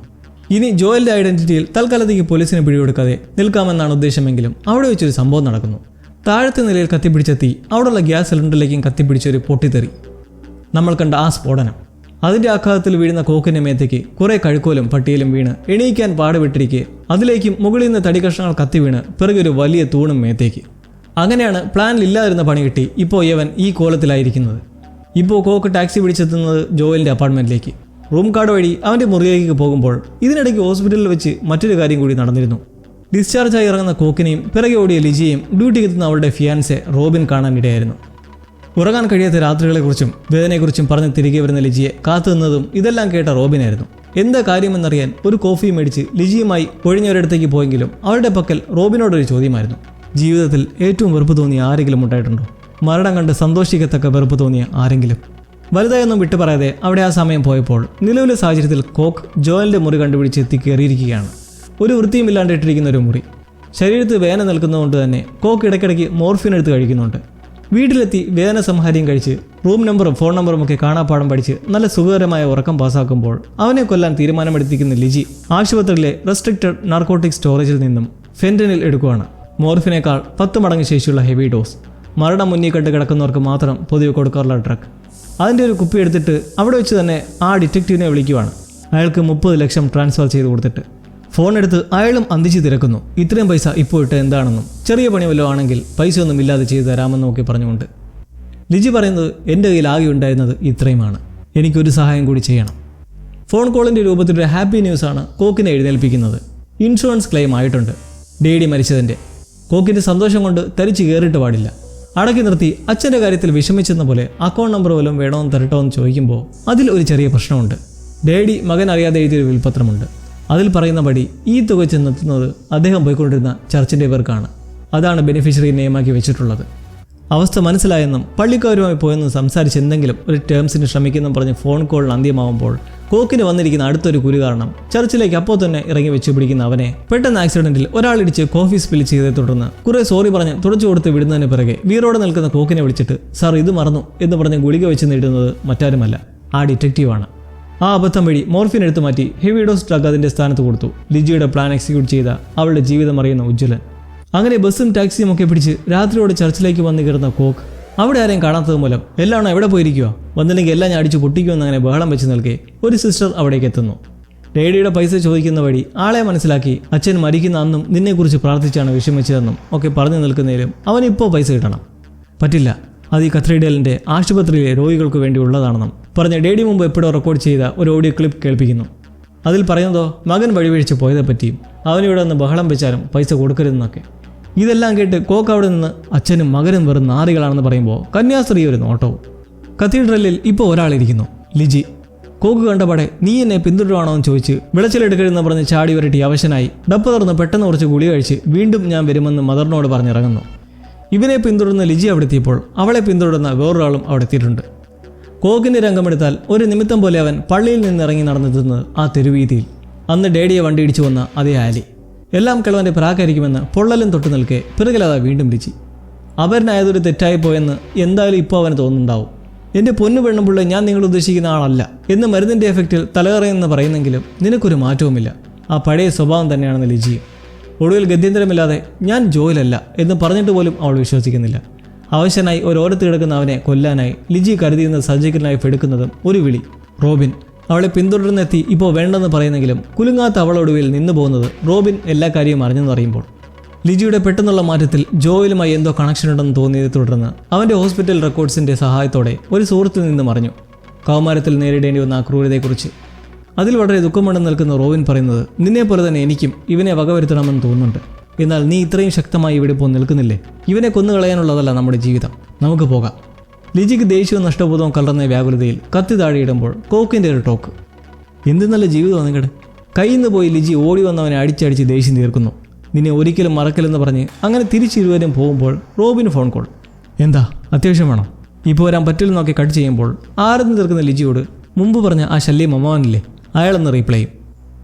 കോക്ക് കുറച്ചു കഴിഞ്ഞ് അടികൊണ്ട് മുറിഞ്ഞ ചുണ്ടുമായി പൊടിയും തട്ടി എണീച്ച് ഗുളികയുടെ എഫക്റ്റ് മൂലം നിന്ന് കുറേ ഛർദ്ദിച്ച് തിരികെ പോകുമ്പോൾ ബിൽഡിംഗ് ബ്ലാസ്റ്റിൻ്റെ അന്വേഷണം നടത്തിയിരുന്ന ഇൻവെസ്റ്റിഗേറ്റർക്ക് ചില സംശയങ്ങൾ. അന്ന് ഹോസ്പിറ്റലിൽ വെച്ച് മൊഴിയെടുത്തപ്പോൾ അവൻ പറഞ്ഞത് ചെയറിൽ കെട്ടിയിട്ടിരിക്കുന്ന നിലയിലായിരുന്നു എന്നാണ്. എന്നാൽ കിട്ടിയത് അവശനായി ഒരിടത്ത് കിടന്ന അവസ്ഥയിലും. ചെയറിലിരുന്ന് മരിച്ച ബോഡി വേറെ കണ്ടെത്തിയിട്ടുമുണ്ട്. എന്തോ വശപ്പിശക് തോന്നി DNA അപ്ഡേറ്റ് ചോദിക്കുമ്പോഴോ കത്തിക്കരിഞ്ഞ അവസ്ഥയായതുകൊണ്ട് എന്തായാലും 3-4 ആഴ്ചയോളം പിടിക്കും കിട്ടാൻ.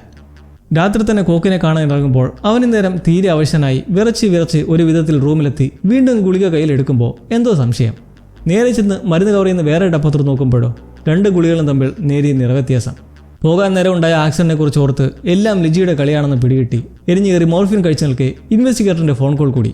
ചോദ്യം ചെയ്യലിനായി ഒന്ന് ഓഫീസിലേക്ക് വരാൻ പറയുന്നത് കേട്ട് ഇന്നിപ്പോൾ രാത്രിയായില്ലേ, നാളെ വരാമെന്ന് ഫോൺ കട്ട് ചെയ്ത് പണി വരുന്നുണ്ടെന്ന് മനസ്സിലാക്കി അവിടുന്ന് കിട്ടിയതും പെറുക്കി സ്ഥലം വിടാൻ ഒരുങ്ങുമ്പോൾ ഇൻവെസ്റ്റിഗേറ്റീവ്സിന് അവനിപ്പോൾ വീട്ടിൽ തന്നെ ഉണ്ടെന്ന് മനസ്സിലായി അങ്ങോട്ടേക്ക് വെച്ച് പിടിക്കുകയാണ്.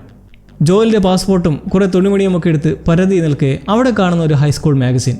ലിജിയുടെ ചിത്രമുള്ള കവർപ്പിക്കൽ കണ്ണുടക്കി നിൽക്കെ കോക്നാമിന് ചില കാര്യങ്ങൾ ഓർമ്മ വരുവാണ്.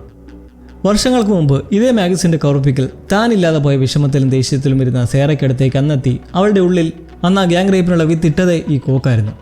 ഇപ്പോൾ ഇത് ജോലിലെ വീട്ടിൽ നിന്ന് കിട്ടിയതും തൻ്റെ ഡോക്ടർ പിറകെ ഇങ്ങനെ നടക്കുന്നതിൻ്റെ എല്ലാം കാരണം എന്തിനായിരുന്നു എന്ന തിരിച്ചറിവിൽ പെട്ടു എന്നുള്ള ചിരിയിരിച്ചങ്ങനെ ഇരിക്കുവാണ്. ഉദ്യോഗസ്ഥരെത്തി വാതിലടിച്ച് തുറന്ന് കയറുമ്പോഴേക്കും അവൻ അവിടെ വിട്ടിരുന്നു. അവരവിടെ കിടന്ന മരുന്ന് ഡപ്പയിലെ DNA സാമ്പിളും മുമ്പ് ബിൽഡിങ്ങിലെടുത്ത് കിടന്ന ജോലിൻ്റെ വാടകക്കാറിലെ സ്റ്റിയറിംഗിലെയും DNA സാമ്പിൾസ് എടുത്ത് പരിശോധിച്ച് നോക്കാൻ പ്ലാൻ ഇടുമ്പോൾ കോക്ക് നടന്ന് ബസ് സ്റ്റാൻഡിൽ വന്നിങ്ങനെ ഇരിക്കെ കാണാം ഫോണിൽ ഒരു അലാറം. എത്തിക്കഴിഞ്ഞു ആ ദിവസം എന്നുള്ള നോട്ടിഫിക്കേഷൻ.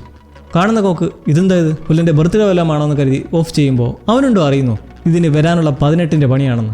അധികം വൈകാതെ തന്നെ ജോയിൽ വാടക കൊടുക്കാനുള്ള അയാളുടെ ഗുണ്ടകൾ വന്ന് തട്ടിക്കൊണ്ട് പോവുകയാണ്. ശല്യമ്മോൻ്റെ കോൾ കണ്ട് എന്നാൽ താൻ പൊയ്ക്കോന്ന് പറഞ്ഞു വിട്ട റോബിനെ വീട്ടിലെത്തി ലിജി വിളിച്ചെത്തിയും തിരക്കുമ്പോൾ അവൻ റോഡിലിരിക്കുവാണ്. ഇനിയും വന്നിട്ടില്ലെന്ന് പറഞ്ഞ്. അവളുടെ മനസ്സ് തുറക്കുന്നത് ഈ സമയം തന്നെ. ഒരു രാത്രി പോലും നേരെ ചെവി ഉറങ്ങാൻ കഴിഞ്ഞിട്ടില്ല. മനസ്സിൽ അവനെ 100 തവണ കുത്തിയിട്ടുണ്ട് കഴുത്തിൽ. എന്നിട്ടൊന്നും സമാധാനമുണ്ടായില്ല. സമാധാനമുണ്ടാവുന്ന ആ ഒരു സന്ദർഭമാണ് ഇന്ന് ഞാൻ പാഴാക്കിയെന്ന് പരിഹരിക്കുന്ന ലിജിയോട് റോബിൻ അവളുടെ മാനസികാവസ്ഥ മനസ്സിലാക്കി ക്ഷമ ചോദിക്കുന്നതിലും സാരമില്ല, അതെൻ്റെ തീരുമാനം തന്നെ ആയിരുന്നില്ലേ എന്നങ്ങനെ ഇരുവരും സംസാരിച്ചു തീർക്കെ കാർ എത്തുകയായി. റോബിൻ അതിൽ കയറി പോകുമ്പോൾ ലിജി ആ സർജിക്കൽ നൈഫ് തിരികെ ബോക്സിലേക്ക് വെച്ച് അടയ്ക്കുന്നതിലൂടെ അവളുടെ ഉദ്ദേശവും ക്ലോസ് ആയിരിക്കുന്നതായി സിംബോളൈസ് ചെയ്യുന്നു. റോബിൻ അങ്ങനെ എത്തുന്നത് ഒരു രഹസ്യ താവളത്തിലേക്കാണ്. അവിടെ അവനെ കാത്തിരിക്കുന്ന അമ്മാവൻ മറ്റാരുമല്ല, ജോയലിൻ്റെ കോണ്ടാക്റ്റിലെ നായിൻ്റെ മോൻ. അവൻ പൈസ കൊടുക്കാനുള്ള അയാൾ. എന്തൊരു ട്വിസ്റ്റ്! ഇയാളുടെ ഇരകളുടെ എല്ലാം അവയവങ്ങൾ എടുത്തു മാറ്റുന്ന ഡോക്ടർ ഈ റോബിനായിരുന്നു ഇത്രയും നാൾ, ഇന്ന് വരെ. കാരണം ഇയാൾ ഇതോടെ നിർത്തുവാണെന്ന് നേരത്തെ തന്നെ അറിയിച്ചിരുന്നു. എന്തുപറ്റി, ഞങ്ങൾ എന്തെങ്കിലും തെറ്റ് നിന്നോട് ചെയ്തതെന്ന് അവർ ചോദിച്ചാലല്ല. റോബിന് അവൻ്റെ സ്റ്റുഡൻറ് ലോണിൻ്റെ അടവ് ഉൾപ്പെടെ കല്യാണ ചെലവിന് വരെ നല്ല പണം ആവശ്യമായിരുന്നതുകൊണ്ടാണ് ഈ പരിപാടിക്ക് മുതിർന്നത്. ഇനിയിപ്പോൾ അതിനുള്ളതായിട്ടുണ്ട്. ഫെയർവെൽ ഗിഫ്റ്റായി ഡെപ്റ്റർ നൽകുന്ന കവറും വാങ്ങി സെറ്റായി ചെല്ലുമ്പോൾ ശരീരത്തിൽ പൊള്ളിയ പാടുകളൊക്കെ കാണുന്ന റോബിൻ എന്തോ ഡൗട്ട്. അവൻ മുഖം മൂടി ഊരി നോക്കുമ്പോൾ കാണുന്ന കാഴ്ചയിൽ പുച്ഛത്തോടെ പറയുകയാണ്, കണ്ടോ ജോയൽ, നീ അവസാനം എവിടെ എത്തിയിരിക്കുന്നുവെന്ന്. മാസ്ക് ഊരുന്ന റോബിനെ കണ്ട് കോക്ക്, ഞാൻ ജോയലല്ല ഡോക്ടർ, കോക്നാമെന്നാണ് എൻ്റെ പേര്, എന്നെ വെറുതെ വിട് എന്നൊക്കെ കരഞ്ഞു പറയുന്നതിലും നോ വേ. നീ എന്ന ഗുരുതരാവസ്ഥയിൽ കിടന്നപ്പോൾ പോലും വ്യക്തമായി പറഞ്ഞ പേരെന്താണ്? ജോയൽ. നിന്നെപ്പോലുള്ളവർ പറയുന്ന ഒന്നും വിശ്വസിക്കാൻ പാടില്ലെന്ന് നിൽക്കെ എൻ്റെ അപ്പോഴത്തെ അവസ്ഥ അതായിരുന്നു എന്ന് പറഞ്ഞ് കോക്ക് വയലൻ്റ് ആവുന്നതും അവനോടായി റോബിൻ്റെ അവസാന വാക്കുകൂടി. പൊതുവെ അനസ്തേഷ്യ നൽകിയാണിത് ചെയ്യാറ്, എന്നാൽ ഇന്നങ്ങനെ ചെയ്യുന്നില്ല. അതിപ്പോൾ നിൻ്റെ മുഖം കണ്ടപ്പോഴേ തീരുമാനിച്ചതാണ്. ഇങ്ങനൊരു സൈഡ് പണിയെടുത്തത് എന്തുകൊണ്ട് നന്നായെന്ന് എനിക്കിപ്പോൾ തോന്നുന്നു. ഇതും പറഞ്ഞു കിടന്ന് നിലവിളിക്കുന്ന കോക്കിൻ്റെ നെഞ്ചിലേക്ക് നെടുകെ കീറി മുറിക്കുന്ന റോബിനും അവൻ്റെ സാറ്റിസ്ഫാക്ഷനും. ക്വാർട്ടേഴ്സിലെ നല്ലൊരു ഉറക്കം കഴിഞ്ഞ് എണീക്കുന്ന ലിജി അവിടെ കാണുന്നത് റോബിനെയാണ്. ഉറക്കം എങ്ങനെയുണ്ടായിരുന്നുവെന്ന് തിരക്കുമ്പോൾ ഇന്നെന്തായാലും മനസ്സമാധാനമായി ഉറങ്ങിയെന്നവളും. ലിജിയിൽ നല്ല റിലീഫ് ഉണ്ടായിരിക്കുന്നത് അവളുടെ മുഖത്തിൽ നിന്ന് തന്നെ വ്യക്തം. ഇനിയിപ്പോൾ തിരികെ വീട്ടിലേക്കൊക്കെ ഒന്ന് പോകണമെന്നും പറഞ്ഞ് നടക്കവേ അവൻ പറയുവാണ്, ഇനി അങ്ങോട്ട് സന്തോഷത്തിൻ്റെ നാളുകളാണ്. ഡ്യൂട്ടിക്ക് കയറുന്ന ലിജി ഹോസ്പിറ്റലിൽ വെച്ച് വീണ്ടും ഡിറ്റക്റ്റീവിനെ കാണുമ്പോൾ അയാൾ എത്തിയിട്ടുള്ളത് ലിജിയുടെ കേസിനെ കുറിച്ചുള്ള ചെറിയൊരു അപ്ഡേറ്റുമായാണ്. എന്നാൽ ലിജി ആകട്ടെ ഇനി എനിക്കൊന്നും അറിയേണ്ടെന്നും ചെയ്തതിനെല്ലാം വളരെ നന്ദിയെന്നും പറഞ്ഞ് നല്ലൊരു ഫെയർവെല്ലിൽ പോകുന്നു. ആ ന്യൂസ് എന്നത് ജോയൽ കഴിഞ്ഞ ദിവസം മരണപ്പെട്ടു എന്നാണ് കരുതിയതെങ്കിൽ തെറ്റി. അത് ചികിത്സയിൽ കഴിഞ്ഞിരുന്ന വ്യക്തി ജോയൽ അല്ല എന്ന DNA റിപ്പോർട്ടാണ്. മരുന്ന് കുപ്പിയിൽ നിന്ന് ലഭിച്ച സാമ്പിളും അന്ന് ജോയലിൻ്റെ വാടകക്കാരിൽ നിന്ന് കിട്ടിയ സാമ്പിളും രണ്ടാണെന്നുള്ള DNA റിപ്പോർട്ട്. അതെന്തായാലും ഒരു തരത്തിൽ ലിജി അറിയാൻ നന്നായി. ഫെയർവെല്ലിൻ്റെ കാര്യം പറഞ്ഞപ്പോഴാണ് റോബിന് ഡെപ്റ്ററിൽ നിന്നും കിട്ടിയ ഫെയർവെൽ ഗിഫ്റ്റ്. അത് ജോയൽ മോഷ്ടിച്ച് കോഗ്നാമിൻ്റെ കയ്യിൽ നിന്നും എത്തിയിരിക്കുന്ന റോളക്സ് വാച്ച്. എന്താ അല്ലേ, ഇരുണ്ട ജീവിതത്തിൽ നിന്നും മനോഹരമായൊരു തുടർച്ചയിലേക്ക് നടന്ന ലിജിയും. കർമ്മ ഇസ് എ ബൂമറാങ് എന്ന വാക്കുകളെ മനോഹരമായി കണക്ട് ചെയ്ത ഒരു സീരീസ്. തുടക്കത്തിൽ വ്യത്യസ്തരെ പോലെ കണ്ട എല്ലാവരും ഒന്നല്ലെങ്കിൽ മറ്റൊരു തരത്തിൽ കണക്റ്റഡ് ആണെന്ന് റിവീലായിക്കൊണ്ടിരിക്കുന്നത് കണ്ടിരിക്കുന്നതിൽ ഒരു രസം തോന്നി അല്ലേ. സീരീസിൻ്റെ മെയിൻ ക്യാരക്ടേഴ്സ് 6-ൽ 5 പേരും അവർ ചെയ്ത അനീതിയുടെ ഫലം മൂലം മരിച്ചപ്പോൾ ഒടുവിൽ ജീവിതത്തിൽ വെളിച്ചം വരുന്ന ലിജിയും. അപ്പോൾ ഈ സെലക്ഷൻ എല്ലാവർക്കും ഇഷ്ടമായെന്ന് വിശ്വസിക്കുന്നു. നിങ്ങളുടെ ഫീഡ്ബാക്ക് അറിയിക്കാൻ മറക്കണ്ട. മറ്റൊരു കിടിലൻ ഐറ്റവുമായി അപ്പോൾ വീണ്ടും കാത്തിരുന്ന് കാണാം.